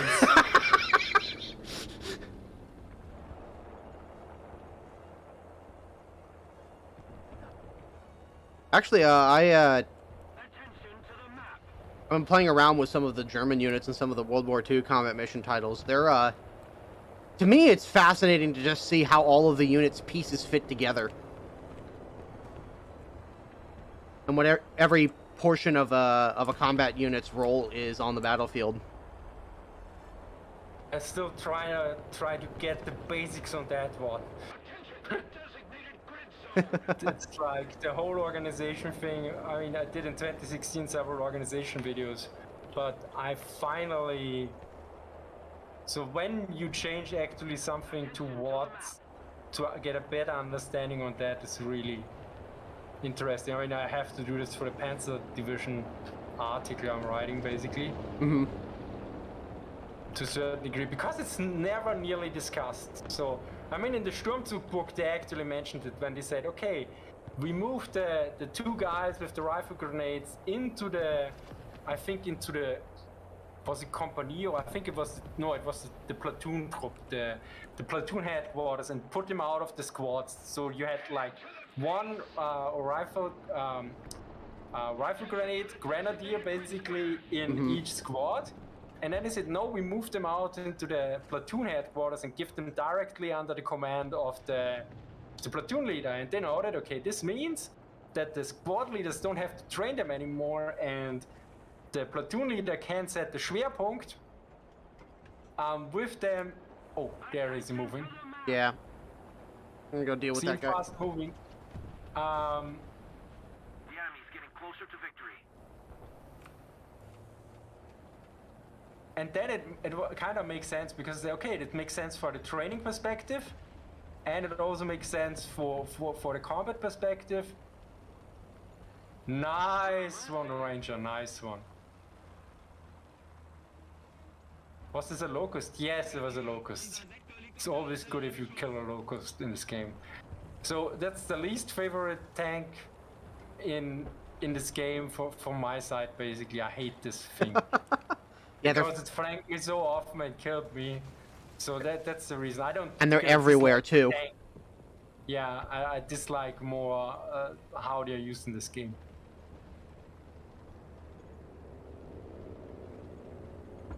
I was surprised, for example, how Oh my many. God, they're taking A. Ranger, turn back. They're taking A. I was behind actually rather surprised at how many vehicles were in the Panzeraufklärungspanzer companies. The Panzeraufklärungs battalions, I think it was. Like, they would have a whole company of like four platoons of light tanks in late 44, early 45. My position 105, German 105 on A. Okay, I'll see what I can do. Pardon again, sorry. How many vehicles? It was, at least in combat mission, there was... they had a light tank company as part of the Panzeraufklärungs company. Or Panzeraufklärungs battalion. In which year? 1944? Late 44, early 45, like January of 45. Okay, which light tanks? Panzer II Lynx. Ah, looks, but those... Were they produced in... Were they ever produced out in series? I don't know. But there were... It was... They show up in Steel Division several times, but... It was 4 platoons of 5 tanks each. Plus the 4 headquarters. platoons of 5. Yeah, that 5 tanks makes sense. Platoon number 5. And they were the Lynx, not the Lukes. Wait, this Lynx is Lux is basically Lynx is Lux in. It's just. Oh, it's just okay. German to English. So that's the same thing. Yeah. Brain fart. I'm trying to hunt down the people who killed you and talk about this at the same time. Yeah. I finally hit the plane again. Maybe I can make a kill it this time. Yes, finally, first kill. Chris, are you proud of him? Kill. Oh, there's the. Oh, So okay. many crits. If every man has an MG42, then you don't need a machine gunner.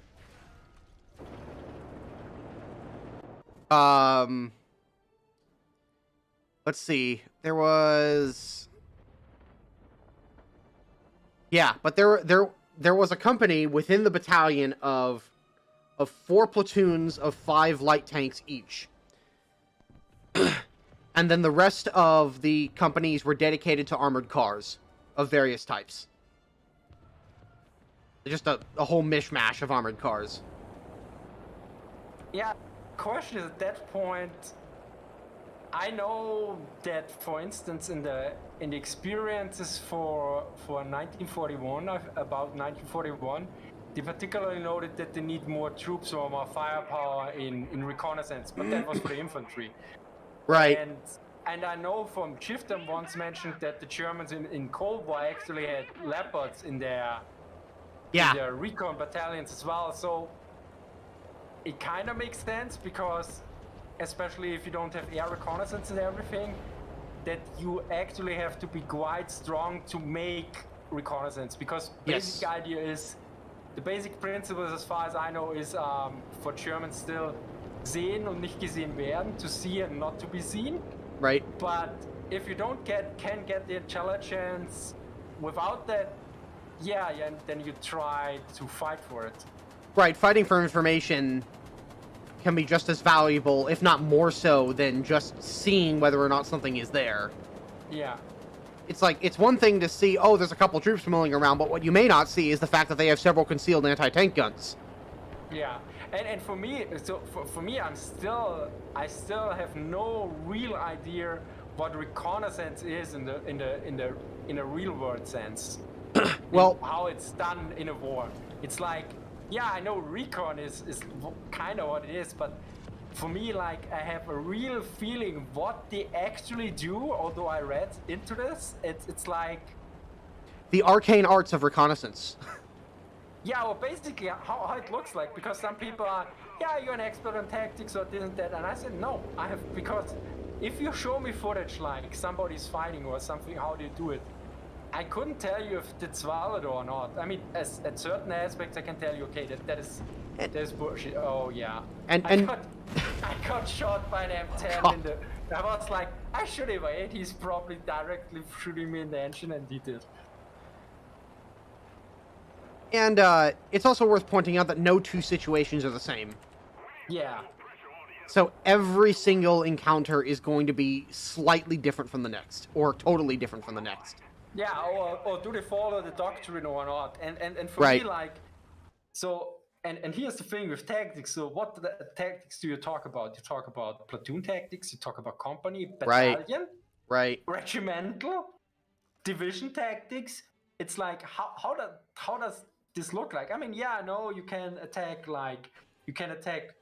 in Treffenweise, where the first battalion is then followed by the second battalion or something, or Flügelweise, where they are next to each other, and all the basics. And yeah, I can talk about this, but the thing is, for me, the understanding starts when I can actually see how it works. See it, yeah, see how it works and how it worked out, yeah.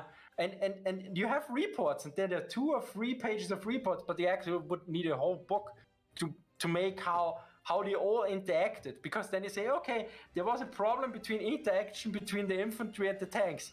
Yeah, great. What the hell does that mean? were they not on time? Was there communication problem? And it's like,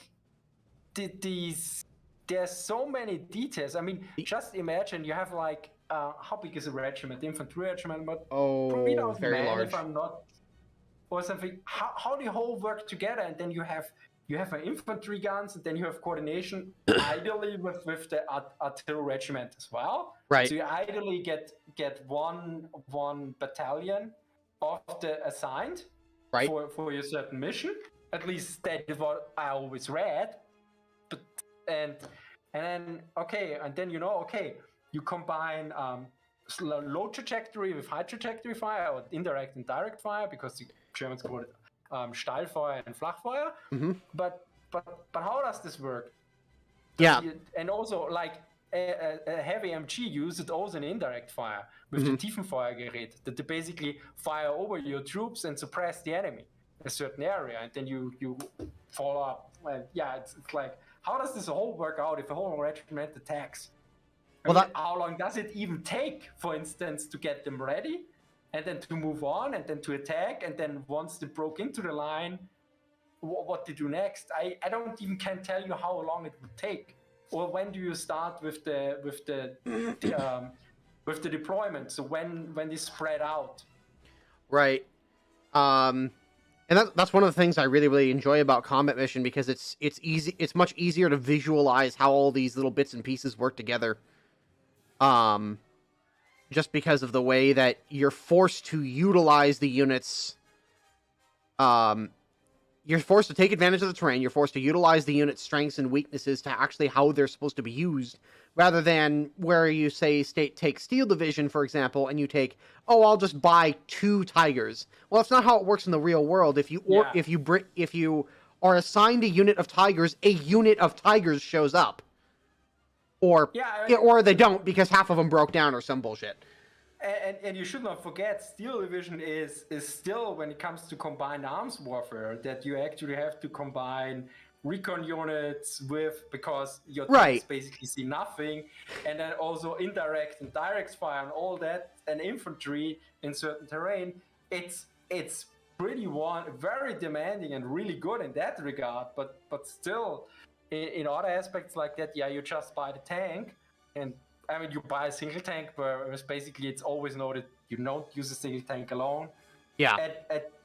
Generally use at least a platoon, which is 4 tanks for a Tiger or 5 for a Panther, for instance. Mm-hmm. But then again, Jens wrote something like, okay, they had new organizations where they said the platoons were this and that size, but then he said tactically it didn't make a difference. And I was like, okay, interesting. So what does this mean?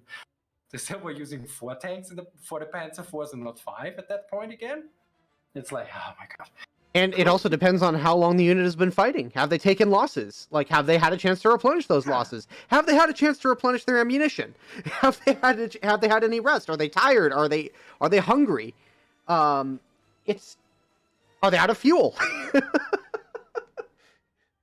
This gets very complicated very quickly. Yeah, and so this is the thing.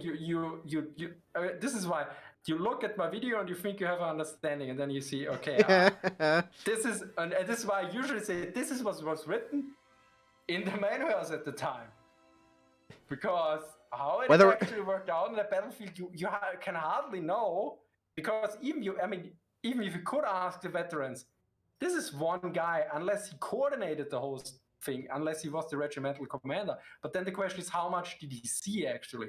I mean, 3,000 men attacking. And how much did the men report to him? Yeah. So. And who survived to report to him? Yeah, this is also it's quite okay. Maybe the company diarist was killed in the opening stages of the attack, so the only guy that's left is the guy who has no interest in doing anything more than he absolutely has to. And the war diaries are really depends who wrote them and what they wrote in, because in some cases it's just, at 05 something we attacked, and we took several losses and then we moved on. Or I haven't read very many, and I think I'm mostly on a higher level, but it's not particularly detailed. You usually have experience reports that are more detailed, but they are usually also 2 to 3 pages. Yeah. And very rarely is there any visuals in it, because I mean I did one on the raid tactics, and then I asked somebody who knows a lot of them, and I said, do you know any others where you have such a graphic like this? And says, yeah, usually not, or at least not on a low level like that. Because that I think was basically also platoon or a group or squad level or something in between. Mm-hmm. Yeah, it gets nutty pretty quickly. It's you were talking about how the Germans during the Cold War put leopards in their recon companies or their recon battalions or whatever. There was a transitional period for the U.S. Army between in like the early to mid 80s, where the U.S. cavalry squadrons, and I think I told you about this, the U.S. cavalry squadrons, they took the concept of fighting for information to a whole new level. Already, because they had Arabs and everything. Just a short notice for the chat: please don't try not to use certain words, because then I have to actually activate them, because the message from Edgar and from Scruff McFluff, those were both flagged by YouTube to show and hide. So please, I don't have a problem with some of those words, but generally, and then I have to scroll out. Sorry.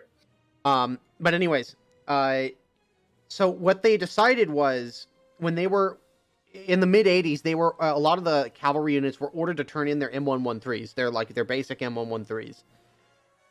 And so what a lot of these cavalry squadrons did was they conveniently forgot to turn in their M150 ATGM armed M113s, on top of the fact that they kept their M60A3 patents. And then when the Bradley came in, there was a very short period of time, and the M1 came in, there was a very short period of time where you had a regimental cavalry unit made where a platoon was 2 M901 ATGM tow under armor anti-tank vehicles, 4 Bradleys, and 4 to 5 M1 Abrams. And there were, I think it was 9 platoons in the battalion of those. I mean, 9 platoons is also... Oh, okay, wait, you have... 9 platoons of 6 Abrams, 5 Bradleys, and 2 M901 ATGMs each. Wait, a platoon with how many tanks?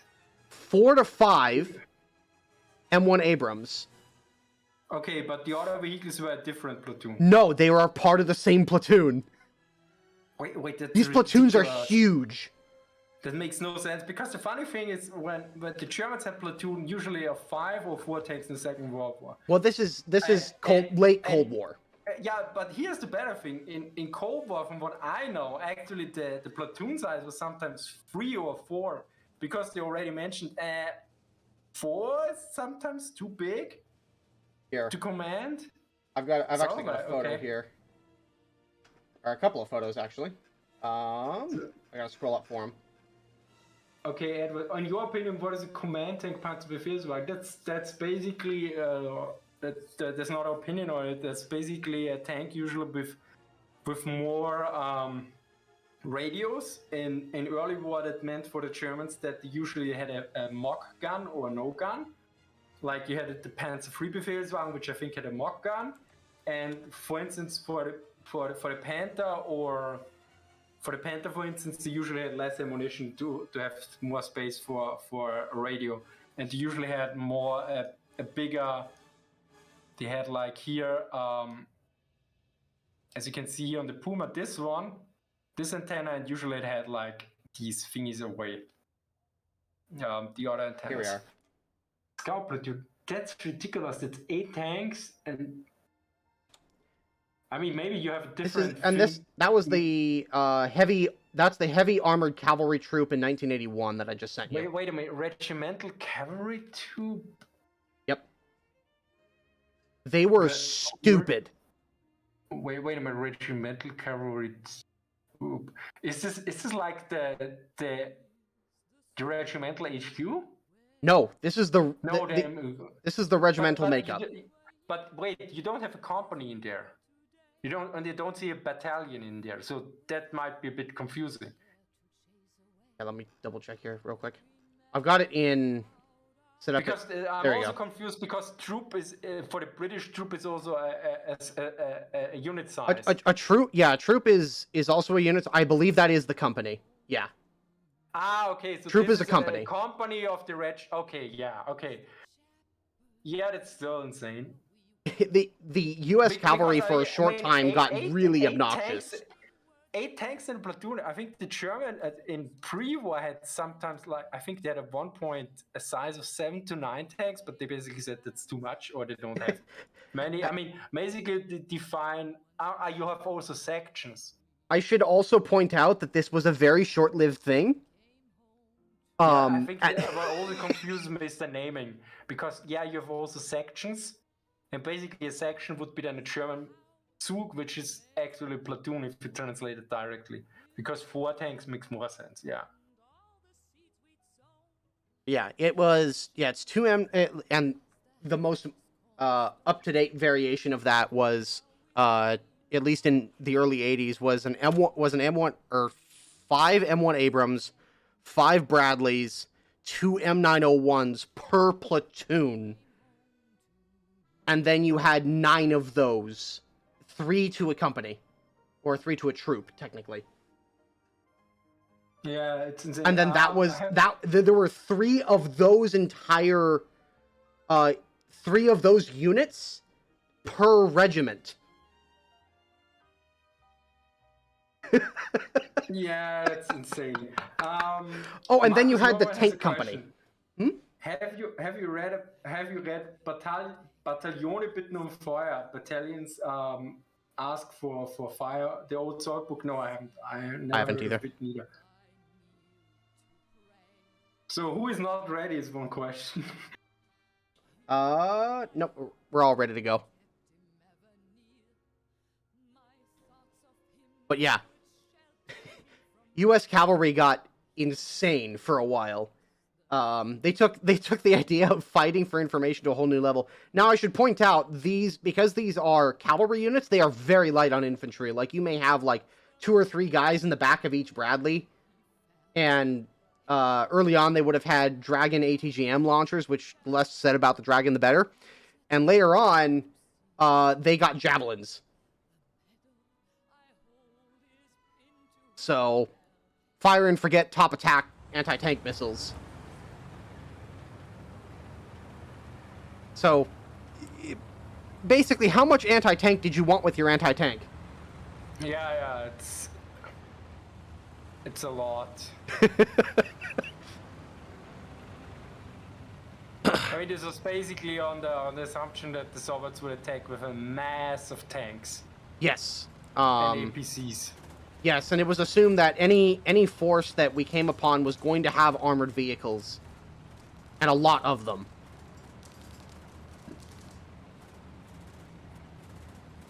Yeah, basically, the Soviets do a tank rush and the US try to counter that.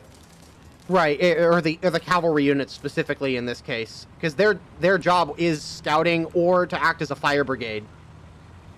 Kind of like a lot of the heavy German panzer units ended up being used in late 44, early 45. They would rush to a point where they needed to hold, and they would do their best to hold back. And if I recall correctly, at the start of hostilities, they were only expected to hold the Soviets back for only 24 hours. And they had priorities for call fire. It could be. I don't know. I found it actually interesting that in official doctrine or official documents, I found the term fire brigade. Oh, really? Because I always heard it and. What would that be in German? Feuerbrigade?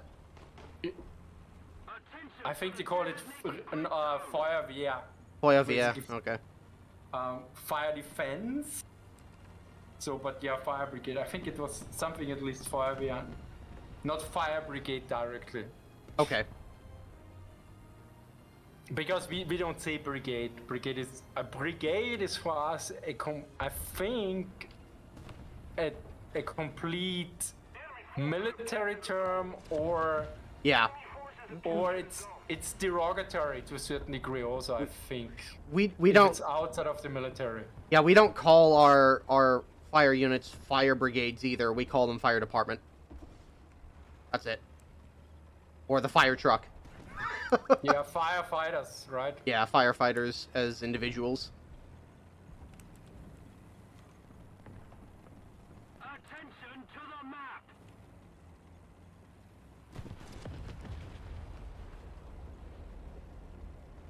Who is behind me? Oh, engineer.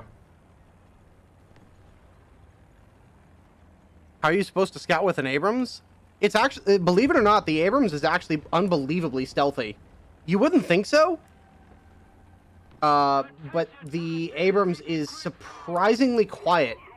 It's actually rather, in many ways, it's actually stealthier than the Bradley. Thank you very much. Because the turbine on the Abrams in real life is actually really quiet, from a distance. It's a high enough decibel level that that the sound doesn't travel very far. And it's also really fast. Well, that helps too. But there are many cases of Abrams sneaking up on people and them not having any idea there were tanks behind them.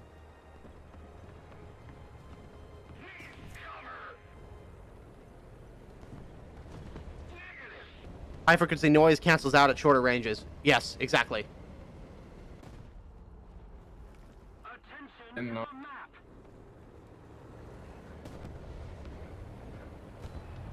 So I can really, Marcus Norman notes about the book, I can really recommend it as it shows the fighting in the Pripyat swarms in 1944 from the soldiers' perspective and not the Soviet staff.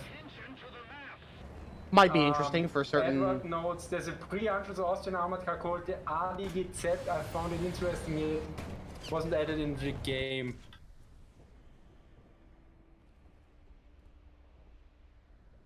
Ouch. He was here. There's a KV-1E near the cap at sea. Or a lot of my friends exploded here. I didn't see where they were shot from. Okay, I see that guy. Okay, that's the Sherman. Progress, okay. Can I get over there and shoot him in time? No, I couldn't. Oh, I can shoot his machine gun. Here's a question: what was the greatest cause? What was the greatest causality of casualties for the Germans in the early half of Barbarossa?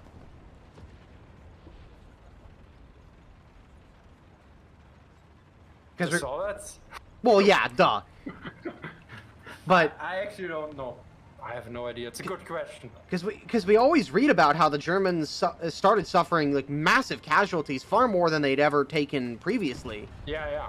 I wonder why that was the case. Because... I mean, it could have been a number of things, obviously, but... Because the Soviets kept fighting and fighting and fighting. So... That's a good answer, but I wonder if it was like artillery or just the manner at which they were going about their attacks, and the Soviet in combination with the Soviet defenders. I don't know, but I don't think it was artillery, because artillery works. Artillery can kill a lot, but artillery needs to be coordinated. Yeah. And well directed and everything, and the Soviets at that point were not particularly good at that, but basically also overrun. And so I don't think it's artillery. I think it really came down to close combat in many cases. That's very possible. Yeah, I basically get killed. I drive with my anti-aircraft gun and get immediately shot down by a 110. Must have been one of the French ones. Oh no, it was an Italian 110. I was killed by 2 French guys, or the roundless before them. I think they're Italian, actually. Figures it's the Italians betraying you. Yeah, at least you're also burning. So I don't know, but it's an interesting question. But and I know that the Germans particularly mentioned, yeah, that the Swords don't give up. And I think there's also this.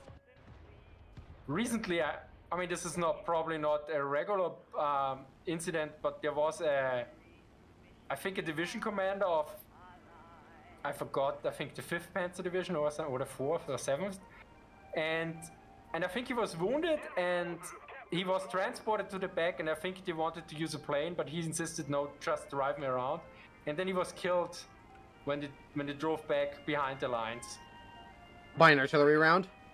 No, by infantry, by partisan attack, basically, oh Jesus, or scattered troops or something.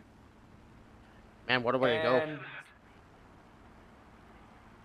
Can you help Ranger, because he is one of the only 6 many miles? Oh yeah, somebody's shooting him already. But no.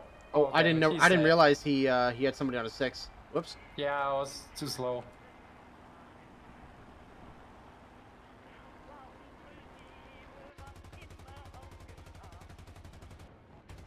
Oh my god, Vengeance gets strafed by 2 in a row, and now, we salute you. He was detracked and somebody dropped 3 bombs on him. Okay, I got the Act 9T. Be aware of something coming for. Ah, you're shooting him already, nice. I messed up something on him. He's not turning very well. Oh yeah, he's missing half a wing. One is coming in front of you. And another one. How many airplanes do they have? I see at least 3 now. And your takedown is firing as well. Yeah, you have 1 on your 6 and... Oi. Oh, that's not good. Ugh. Do you still have the bomb on you? I do. Well, not anymore. Get rid of those. I'm like Hans Rudling this shit. Yeah, he was never shot down by a plane as far as I know, only by AA. Makes sense. People underestimate AA. I think it was like 3 of the 4 US P-51 aces, highest scoring P-51 aces that were shot down during the war were all shot down by ground fire.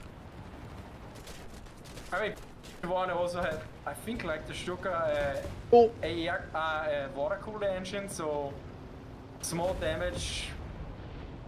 Yeah, same with the P-51. Water-cooled engine, and I mean, it was also not particularly made for that kind of task. Right. Oh, Ranger. Oh, he survived that one. Although both tracks. Yeah, now we got wrecked in this one. Oh my god. Yeah, we didn't do particularly well. Oh well. Infoman, did the German help the American in creating the tank destroyer doctrine with their propaganda videos after the fall of France? I mean, they influenced it. I have no idea about that one. I would need to watch the videos and then also the US reception of that, but I think he's referring to what Chieftain was saying about how all the US was seeing coming out of France after 1940 was propaganda reels of German panzer divisions and motorized and mechanized units with close air support, and realizing that, oh man, we need something that will counter tanks, and we need something that will counter planes.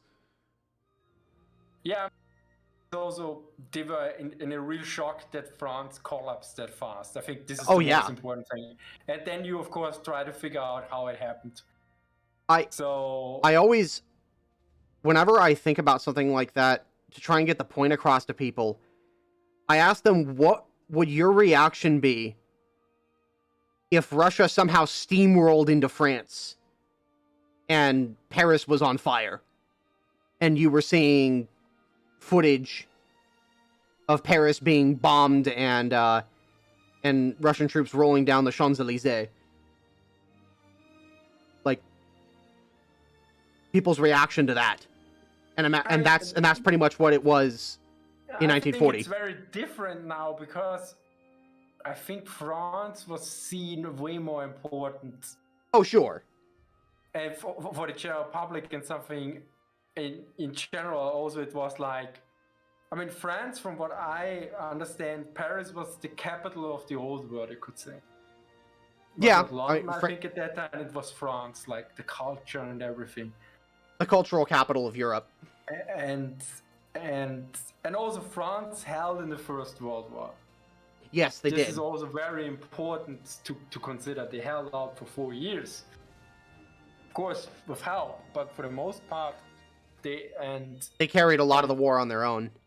Yeah, and also if you look at the American military, they are in the First World War, a lot of times they had French equipment or something along those lines. Oh yeah. So this also likely carried certain weight because everyone that was fought in the Second World War in an important position fought also in the First World War. Right. So these guys kind of knew where they were. So this is the whole picture. So there's the question how much the propaganda footage would influence it actually, because you have the general reports and the other information.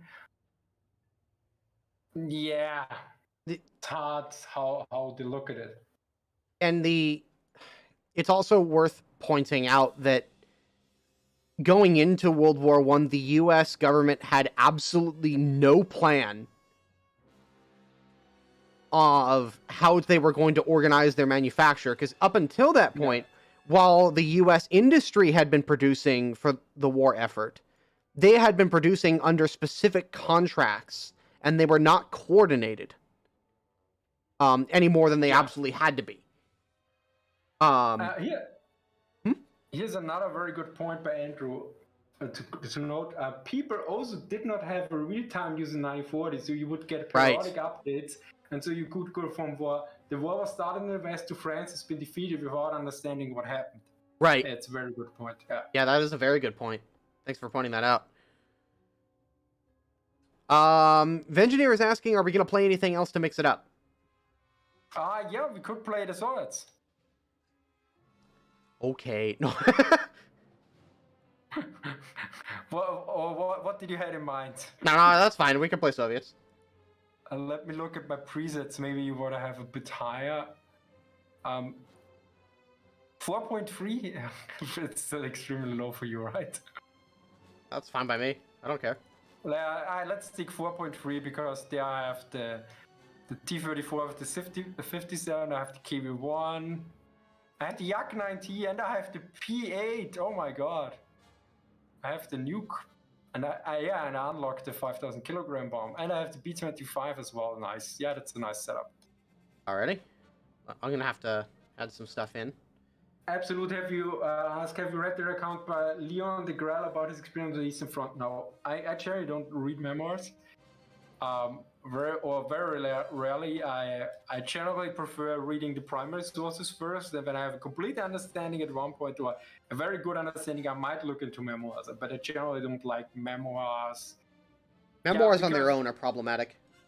They are on their own problematic. I mean, all sources are to a certain degree problematic. But the other thing is, memoirs that are out there, well, everyone can read them. A lot of stuff that I went into the military archives for, most people don't have access to, or the Militär Wissenschaftliche Rundschau, which is lying on my table, a few issues of that, and this is where, yeah, I mean, these sometimes the works that are well known and out there are interesting, but let's put it out, a lot of other people can look at them actually. I'm trying to. I try to keep to popular topics to a certain degree, but bring something new into it, what other people can't, because a lot of people don't have access to the books I have because they can't read German, they can't read Fracture, or they don't have the YouTube channel or something else, or they lack the general understanding to put everything in context. Or they don't have the slip from the archives that says that you're an okay person. Yeah. That says that you're not an idiot. I mean, I have so much stuff from the archives. I probably barely looked at 1% of it, what I photographed. I believe it, man. And and red probably 0.1%. I mean, I'm now organizing everything more because, for instance, today when I was in the toilet, I took the book with me and I looked through it, and then I found, oh, here on page 138, there's Panzerschreck mentioned. I immediately put it down because at that point, because this is the second issue from 1941, Panzerschreck was still the tank terror, the people that are afraid of the tank. Right. I mean, I pointed it out several times in the video, but it's really interesting to read it again here, Panzerschreck, and it's under quotation marks. It's really interesting. And actually, here they refer to several small battles and one. Yeah, it's really interesting. They talk about the experience in France. Einzelschilderungen aus dem Kriege an der Westfront 1940, 4. Teil. Einzelschilderungen. Oh my God, how you translate that? Singular Schilderung. What is a Schilderung? A shield is basically a sign. So a Schilderung would be a signing. It's basically a story, not a story, but it's an explanation, you would say. A short story? Single explanations from the story that the problem Schilderung. I think a Schilderung is basically non-fiction. Let me think about it. Is a Schilderung? Yeah, it's more formal. It's non-fiction. I don't say you would use a Schilderung for anything that is fictional, like, and the story can be both. So like a report? Einzelschilderung. Let me look into DeepL, how DeepL does translate Schilderung. Maybe there's a perfect... Engineer says, if Engineer is German, by the way, he says Schilderung is basically explaining someone or something. The translation by DeepL is description, and alternative is view. Okay. And depiction is probably coming to the closest to a portrayal, if you take the literal one. Okay. Because a shield is a sign. A shield is a sign, but it's also the shield. You see? Yeah, it's and Einzelschilderung is particularly because it's how a single description, an individual description, an individual depiction from the war at the West Front in 1940. Okay. And then they have reports from several units, like a company or a battalion doing this and that. Okay. In there. And sometimes there's a map. I mean, the one map is completely useless. And remind me, this is basically you have like 1, 2, 3, 4, 5, 6, 7, 8. It's about 9 by 9 or 8 by 8. And one is 1 kilometer long, and so the grid, and then there's so many details in there. There's at least one name for each quadrant, and then they put in all the geographically information, like the heights and everything else as well. So that's basically a huge mess of information, and I don't think there's any unit actually or movement marked in there. At least I can't determine any of it. And we have again the question if I played Enlisted. No, I haven't, but many miles away has. That's like the fourth time somebody's asked you that today? Yeah, I think I think they're trying to hint that you should play Enlisted. Yeah, probably. Why don't you make a Molotov Ribbentrop pack lineup one as the sword one as Germany? What do you mean, lineup? I have no idea. I don't understand. You also don't understand the question. I have no idea. North or south? North or south? Oh my God. I'm gonna go south. I'll take a KV2. Because high explosive is hilarious now. Is it way stronger? Oh yeah, because of the overpressure. If you get a penetration anywhere, like the fragments go through the hull or something like that, it will basically one-shot the whole crew. That's excellent for my upcoming video on Tuesday. Sponsored video for War Thunder? No, it's not sponsored. But it's how to kill a panther. Oh, okay. And they actually they are talking about the usage of HE against tanks. Oh, interesting. Which I was not really aware. Yeah, I mean, one of the interesting things I've noticed about playing Combat Mission is, one of the things they've done in Combat Mission is they've modeled a lot of the exterior functions of the tank. So optics, radios, the tracks, like all of that stuff can be damaged and degraded over time.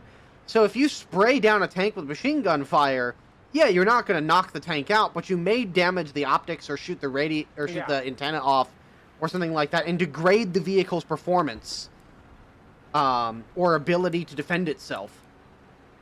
Yeah, that's basically also what the Soviet instructed, which also comes up in the video, because they say basically here, shoot at this, at this, at this, with that weapon. Yep. And they matched everything from rifles to yeah, everything. Big guns. Yeah. And it makes sense, too. If the tank can't see, it's not really going to be able to do much to defend itself. And if it can't communicate, then it gets cut off from all of its buddies, and it's easy to isolate. Yeah, and the Germans noticed this as well. They basically say, don't hide behind the Tiger. Yeah. Yeah, of course. I look, I don't see anything, I move on, I get one-shotted. Because he sees me, yeah, by a Panther in the front. Because it's a magnet for shots like I am in a T-34. It was a magnet. So which one is faster? And funnily enough, that's kind of the strategy that you end up having to employ as the allies most of the time. If you run up against a Tiger or a Panther, just throw everything you have at it. Yeah. Until it goes down. Right, it's also what I usually do in Steel Division. We throw everything at a Panther or a Tiger and then it dies. Or usually when we play the Germans, it's an ice too. Yeah.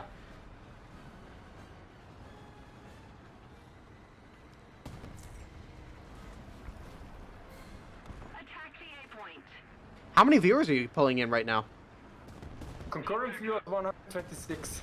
Hey. And you? Only like 30. Yeah, I mean, it's actually pretty low because on the other streams on the first Steel Division, I had 300. Oh, wow. I mean, you should not forget I have 600,000 subscribers, okay? Yeah, but I mean, I used to pull in about 100, but I think a lot of that just comes down to the fact I don't make videos all that often. By the way, there's an archer inside the cap circle. See? Yeah. Or not an archer, one of the British tank destroyers. Yeah, I kind of know what it is. I called in the artillery because I'm pretty far Avenger, away that's from what it is. There we go, got it. Be aware I called artillery on this position, so don't move directly. One of the shells just landed next to me. It would be great if I do a team kill at least, so I kill at least something in this match. Yeah, just don't do it on me. I mean, I warned you. Oh, we are getting strafed already? I think he crashed, yeah. Did you see me getting shot by a Panther? I did, but I didn't really have a good shot on the Panther. I mean, did you see him? Because I stopped and I looked and I didn't see anything. I started moving. He was at the end of the road. Yeah, I mean, I looked there. I looked between the tanks. I was like, there's nothing there. Yeah, well, looks can be deceiving, I suppose. Yeah. This is why you do proper recon, people. Yeah, the way I usually do recon is I drive forward until somebody Chris... shoots you. No, I let Chris drive first. Okay. I mean, hey, teamwork is very important. It gives the enemy something else to shoot at. Yeah. Oh, that was close. They're bringing up one of those German KVs with the PaK 40. Oh, never mind. Attention to the designated grid zone. This is a burnout Tiger. Where did you die? Outside the town, I got bombed. And the guy crashed.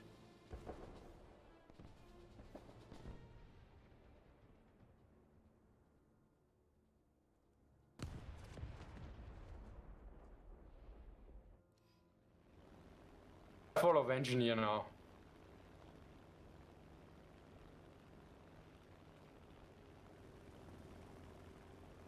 So I can use this burning wreckage as cover in case he gets killed. Oh, here's the Panther that killed me, I guess. Yep. You can also drag those wrecks around with your tow cable. Oh, really? So, Yep. oh, so they are actually movable objects and not before, like... They're not just blockhouses. Yeah. Oh, that's your... There's an enemy corpse. tank behind you guys, by the way, on my mark. See my yellow marker behind you? Yeah, I see it. I'm aiming now there. Is he coming for us, or did he bypass us? He's going into the cap circle. Okay, I'm trying to get behind him now. Oh, that's an AA. That's an AA. Let's not do that.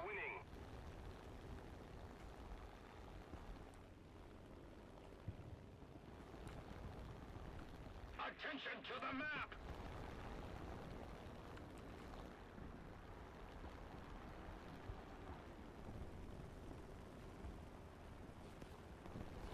So the question is, where is he in the cap circle?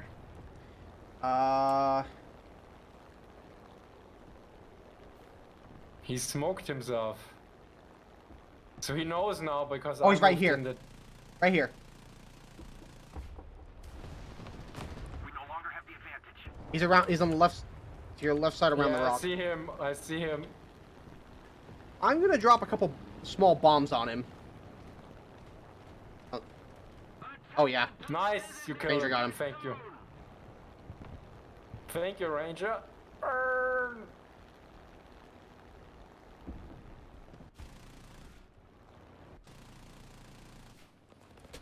Oh, I'm capping now. Oh shit, his artillery is finally dropping. Okay, move. Oh, I actually, yeah. Thanks to him, I captured something. Move out.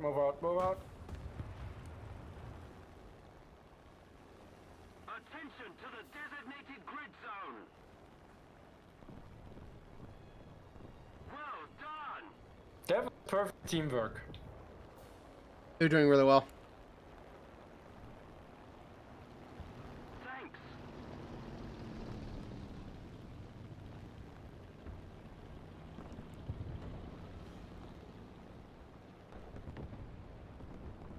Wow, since I've flown this SU-6.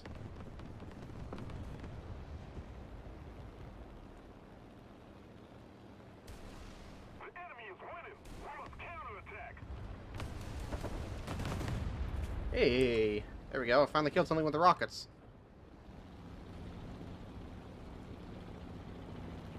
Need backup!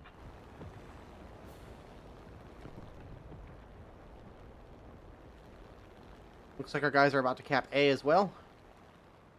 Oh, nice. There should be an enemy here. Okay, can I get a shot on him? Oh, no. Double kill. Somebody cover me! Ah, no. I didn't want to do that. Oh, that's a P-47.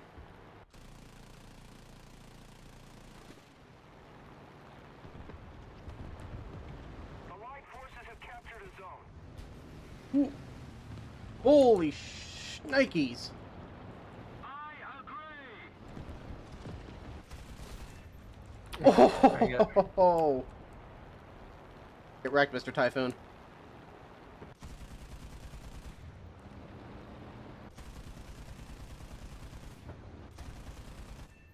Got the Thunderbolt.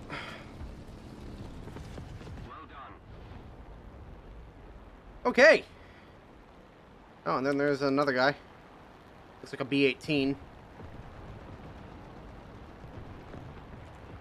I found a German KV-1. Somebody dropped a bomb next to him. Did he die? No, you should have. Alright, I gotta return to base. I am almost out of ammunition. 3 tanks, 3 planes. I'll take it. Venji is asking where he should drop the 5,000 kilogram bomb. That's a good question. I don't know. Everyone seems dead there. Oh wait, I got target undamaged, so he's still living. There's somebody on B. He can go bomb B. Yeah, nuke B. Because nobody of our team is near B, it seems.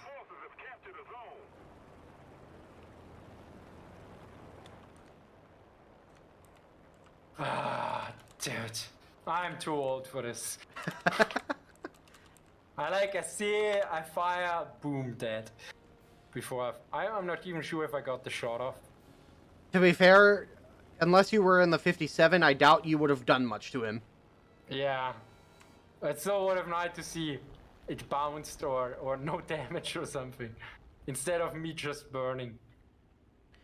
It could also be that we're on a US server at the moment and there's a delay there. Yeah, I mean, it could, but it doesn't make much of a difference for my capabilities, I think. I mean, it doesn't help. Yeah, it doesn't help, that's of course. I found that I was actually... I found this to be a problem, especially in first-person shooters, when I would play with my buddy Mike Goes Boom. He would always play on European servers, when I played with him, I would just get my butt handed to me constantly. But when I played on US servers, I did fine. So... Enough of a difference, I guess. I didn't think it would be that much of a difference, but in a first-person shooter, when it comes down to reaction times, it really does. I mean, especially if you get the first hit, usually then the vision is disturbed, the aiming is a bit off or something, and then, yeah, it's just follow-up shots. Yep. It really also depends on game mechanics. I mean, I see it here as well. If I'm under fire, and the screen flashes all the time, it's way more harder to aim properly than if I'm not under fire. This is also why I really like Enlisted, because if I'm getting shot by something, I can just switch to a different guy and then shoot the guy back. Since you control squads. Norman is clarifying the Molotov Ribbentrop question. What I meant earlier with Molotov Ribbentrop is one player chooses server tanks while the other player... Ah! Okay. Okay, that is what you mean. Okay. And then we have the Infoman, little trick, don't take too much ammo with you if you play... Yeah, I know that one. I have some setups where I look at it and some I don't care because... For something like the Puma, it doesn't make a difference.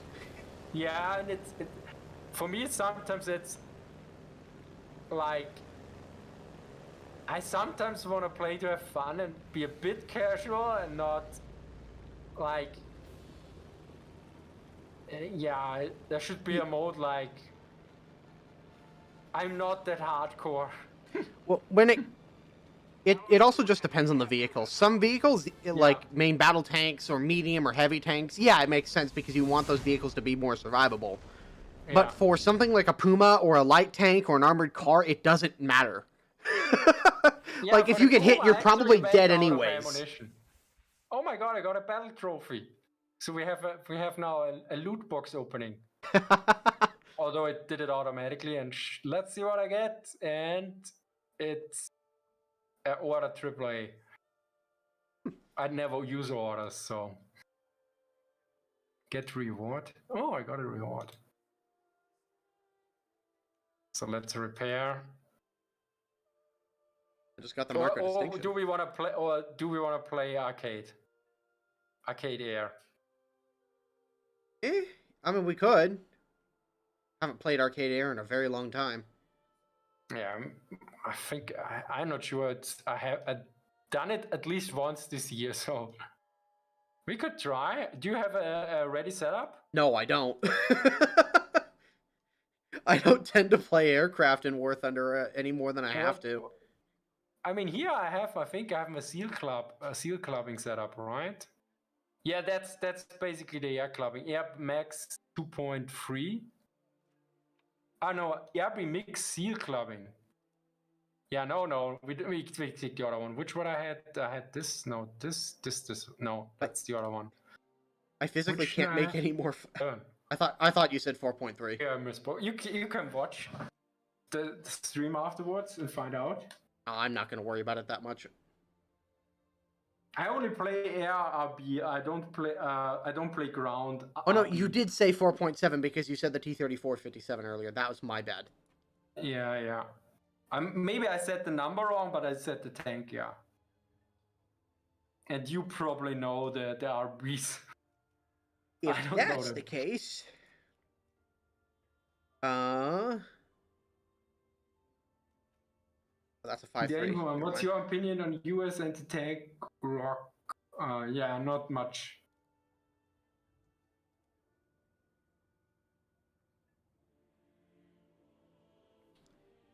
Have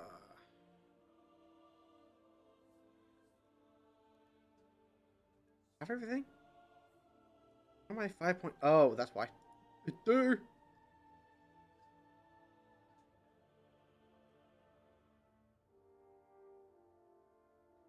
Researching the Kiwi 1S.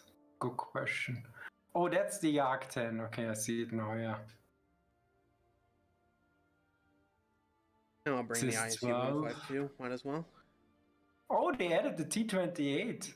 Oh no, that's the T28 38. I was like, okay, the T28 wasn't in game. The BT7M. Yeah, I go for the. Why am I researching the KV1S? Because I can't research the KV85? Or it's still because I didn't play for so long. Well, I don't change it now. I think because they moved it in the tech tree. Probauer, do you play RTS games like Hearts of Iron 4? I wouldn't say Hearts of Iron 4 is an RTS game. RTX. I play Steel Division 2 and I played also on stream. Hearts of Iron 4 I played again, but I'm too much of a Hearts of Iron 3 fan. And he's so a purist. I uninstalled it. Yeah, I'm more of the operational guy, less of the economics guy. And there are other issues. Almost done here.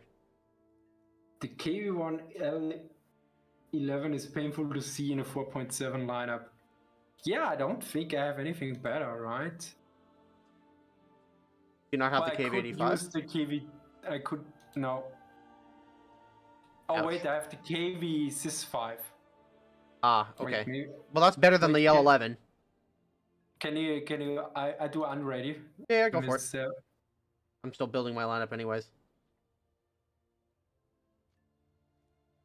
That's gonna be better than a 57. Or should I go with the KV2?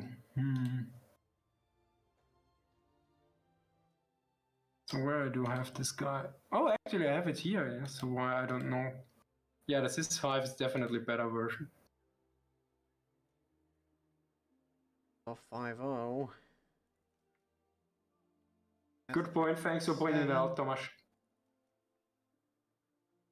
Bring the P47.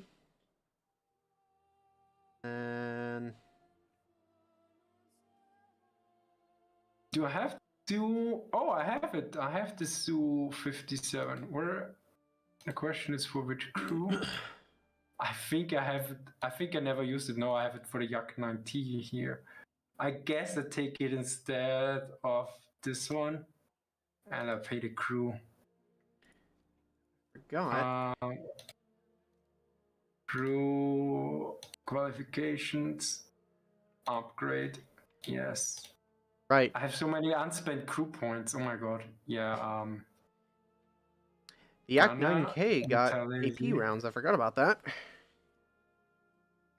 Weapon reloading. Why is my tank loader so bad now? Okay, apply. I can tell it's been a long time since I last played my Yak 9K because I have got decals on it from one of the very first squadrons I was ever in. Modification is okay. I'm researching the right things. Have you bushes that you can add to your tank? No, I don't have any bushes as far as I know. You have to pay for those, right? Yes. Yeah, no, I don't have that.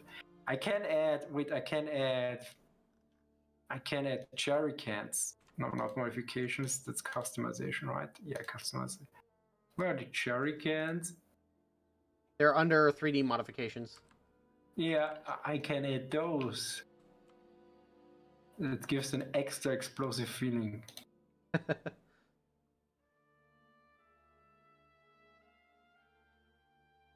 And I probably look more like a noob, so they might hesitate for 1 millisecond more before pulling the trigger. That's the idea.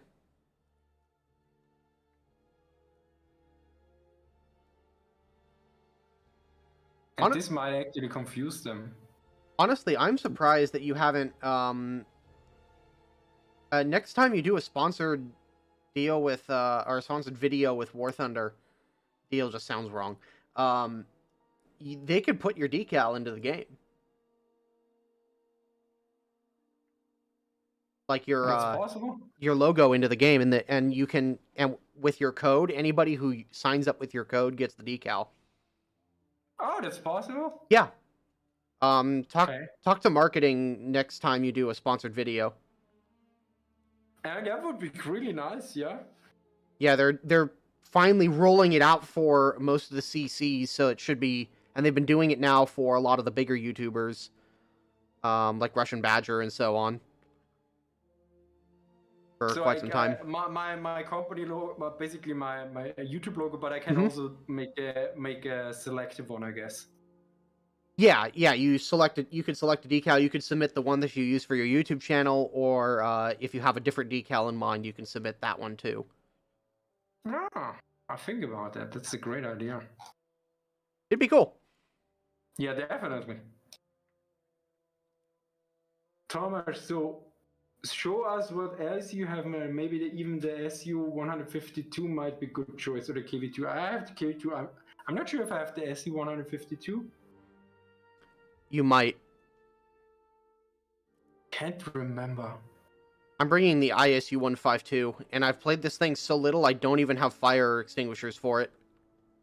I bring the SU57B.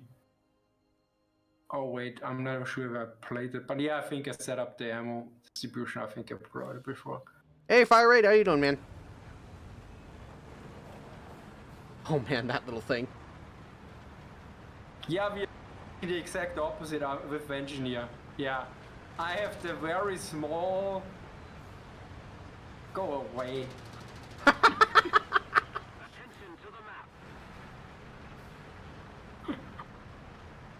Oh, it's a cockroach R3.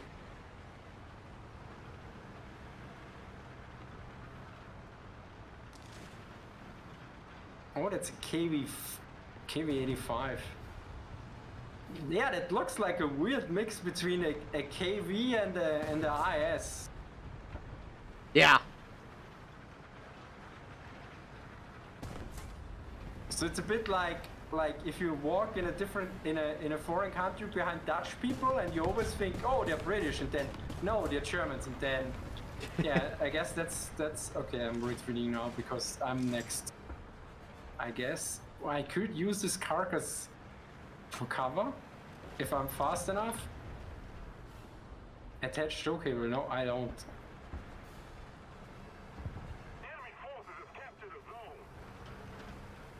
Oh right, they changed this. They changed this sniping spot. Is he dead already? Yeah, he's dead already.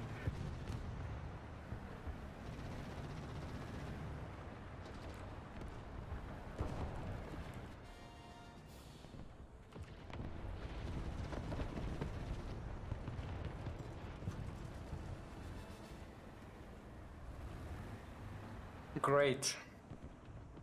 I see a lot of trees, grass, and bushes. Yeah, tell me about it. And now I get I'm not having much luck. Oh!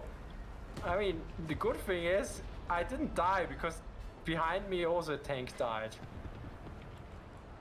So I'm surrounded by burning carcasses.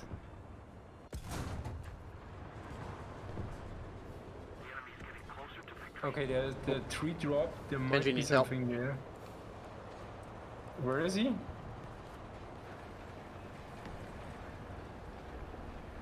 There's one guy basically in the enemy line. I can't help him at all because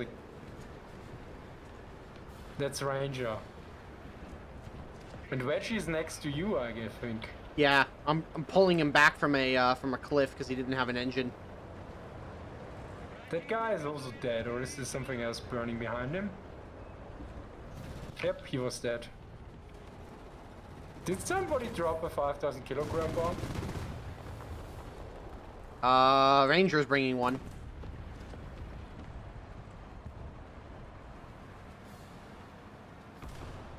So I basically survived by doing nothing, I guess. Why is Hey, this sometimes tree that's so all red? you gotta do.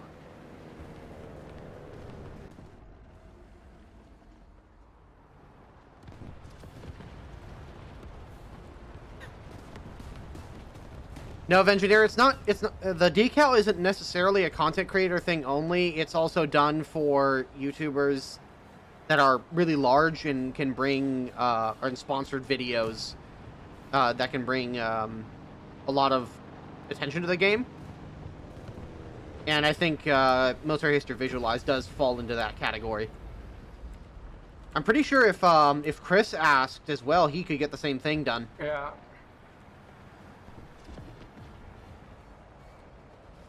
Because I already have I've had my decal in the game for a number of years now. Oh, I didn't know that. Yeah, I was one of the early tester CCs that they did with it. You never told me about it, right? I don't think it ever came up in really conversation. Yeah, I don't think it ever came up in conversation. So I may have thought that I had told you, but I guess not. Attention to the map. Hey, I have more points than you. Yeah, you did. Because I haven't done anything. Yeah, I haven't done anything neither, but at least I was somewhat near the front line. Well, now I'm in the front line. Who did shoot me? Yeah, I'm burning. Okay, I'm shot from here or somewhere, I think. Okay. Yeah, I don't have a fire extinguisher. And neither do I, so... Oh, he shot me with the EPCR. That's the reason why it took so long.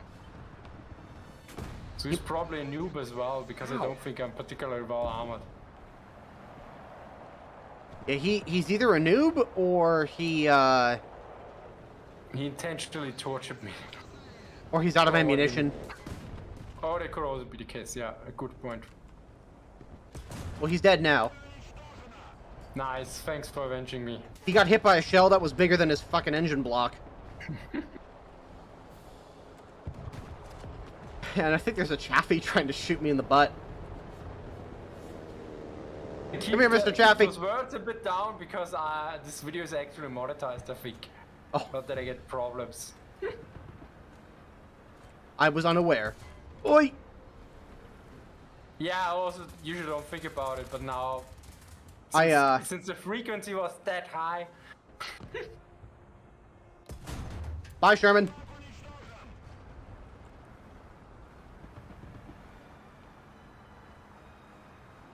I also don't bother monetizing my streams because they generally get copyright claimed anyways. No, I don't have this problem. Well, it's mostly because I play music in the background. Even if it's game Yeah. music, it sometimes gets copyright claimed, so I just don't bother. Yeah, my music is too low. I only have game music. Oh no. Yeah, I was like, I think there might be somebody there. Jagdpanzer 4. Yeah, I probably wouldn't have spotted even if I looked. I think we should play battle rating 2 or 1. That's about my skill level.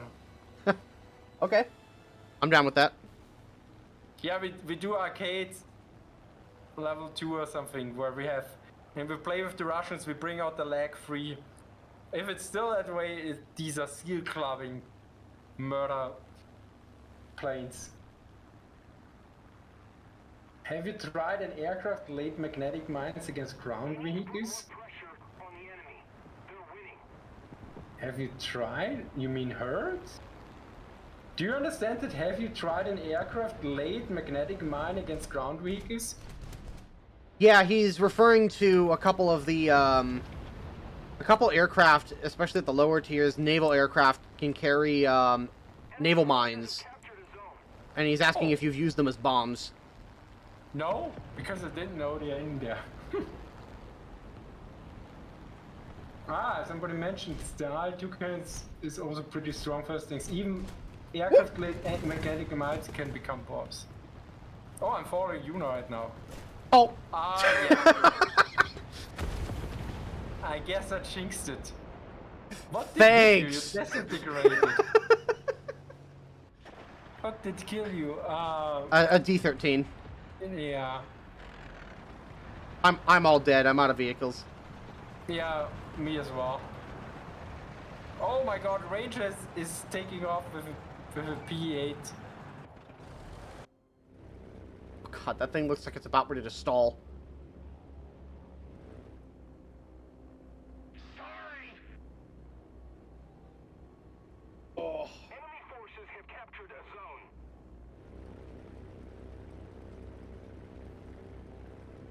Yeah, he's...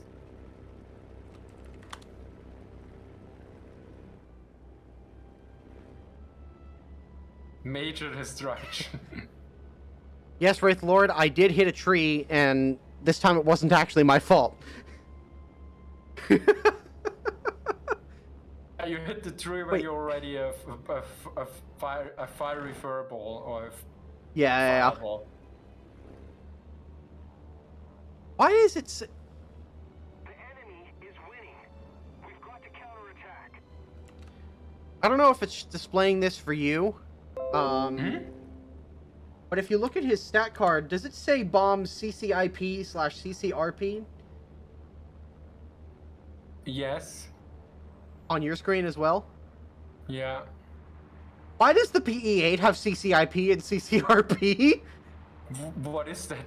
Continuously computed impact point or continuously computed release point. Those are... Oh no, oh no! Drop! Oh shit, no. That's a bombing computer for modern fighter jets. Okay. No, he never could drop the bomb. I'm very sad now. This explains so close. a lot, actually.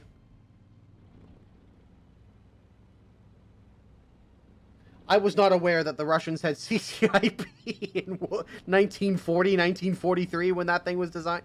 No, it was pre-war, I'm pretty sure, actually. Yeah, secret Stalinity. Collab. I wonder if he hacked. Somebody claims that the leader of the enemy team or the number one leaderboard is hacking. That's Did you possible. notice anything? No, not really. I did have somebody who was hacking the other day.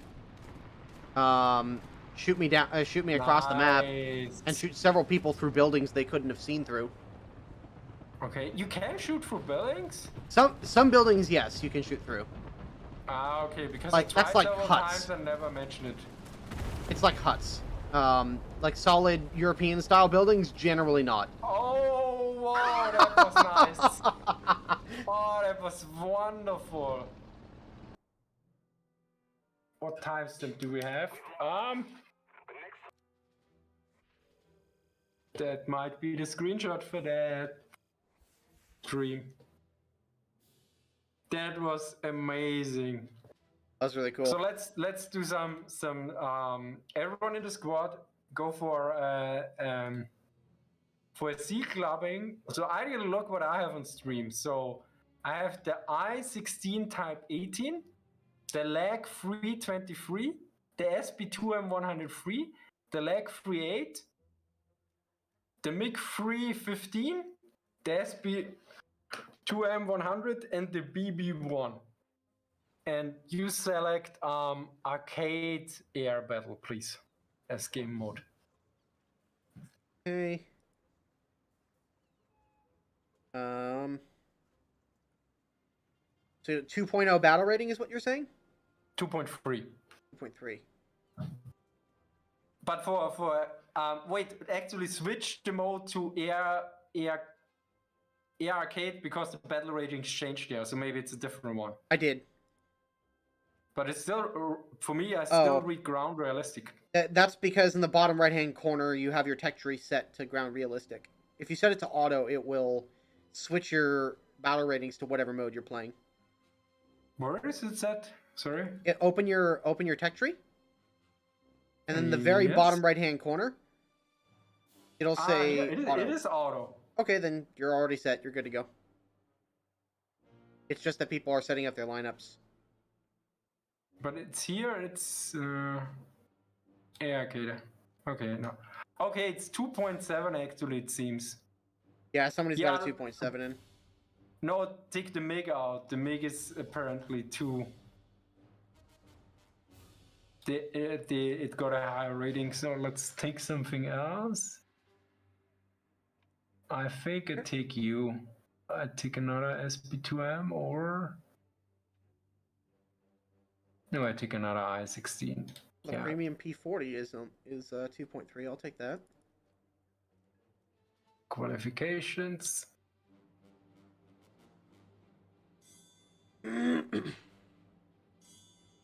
Secondary weapons. Are these rockets? These are rockets. These are also rockets. I purchased them. Yeah. Yes. Marcus' favorite. I added some stuff since I played them the last time, I guess. They've added a lot since I've last played this tier. So 2.3, everyone? Vengineer took off, by the way. He had to go to bed. Fair enough. So 2.3, Ranger, are you ready? Yeah, it looks like he's ready. Perfect. Then let's jump in. Oh wait, no, never mind. I saw your ready indicator and assumed it was his. Edward, what do you think about the L2 in the game? I think I would live up to its reputation. I have not enough knowledge about the L2 to make any statement how it's represented in this game. Sorry. Is it German like most of us watching? What? Is it German like most of us watching? What? Yes, I think the majority of us are German. I don't think so, but it could be. I don't know. I mean, it's the afternoon around the time that people are getting off work here in the US, so there could be a lot of US people watching. Yeah, because here in Germany and Austria, it's 1 o'clock in the night. I guess it's the reason why Engineer went away. That's also probably why there's not many people watching, because most of my viewers tend to be European. Which is strange to me. Yeah, kinda is. I mean, currently we have 103 concurrent viewers. So we are getting the highest, I think, was about more than 150. I'm not sure if I can see it concurrent. Yeah, the max, it seems. Yeah, this must be 150 on the scale. All right. It was 160 or something, but 2 times we had a peak.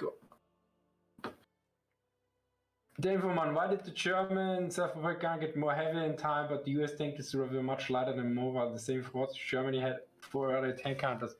Well, I mean, one thing is that the US ones, I think, and I think I said this on Max stream, and then Gifton actually backed me up.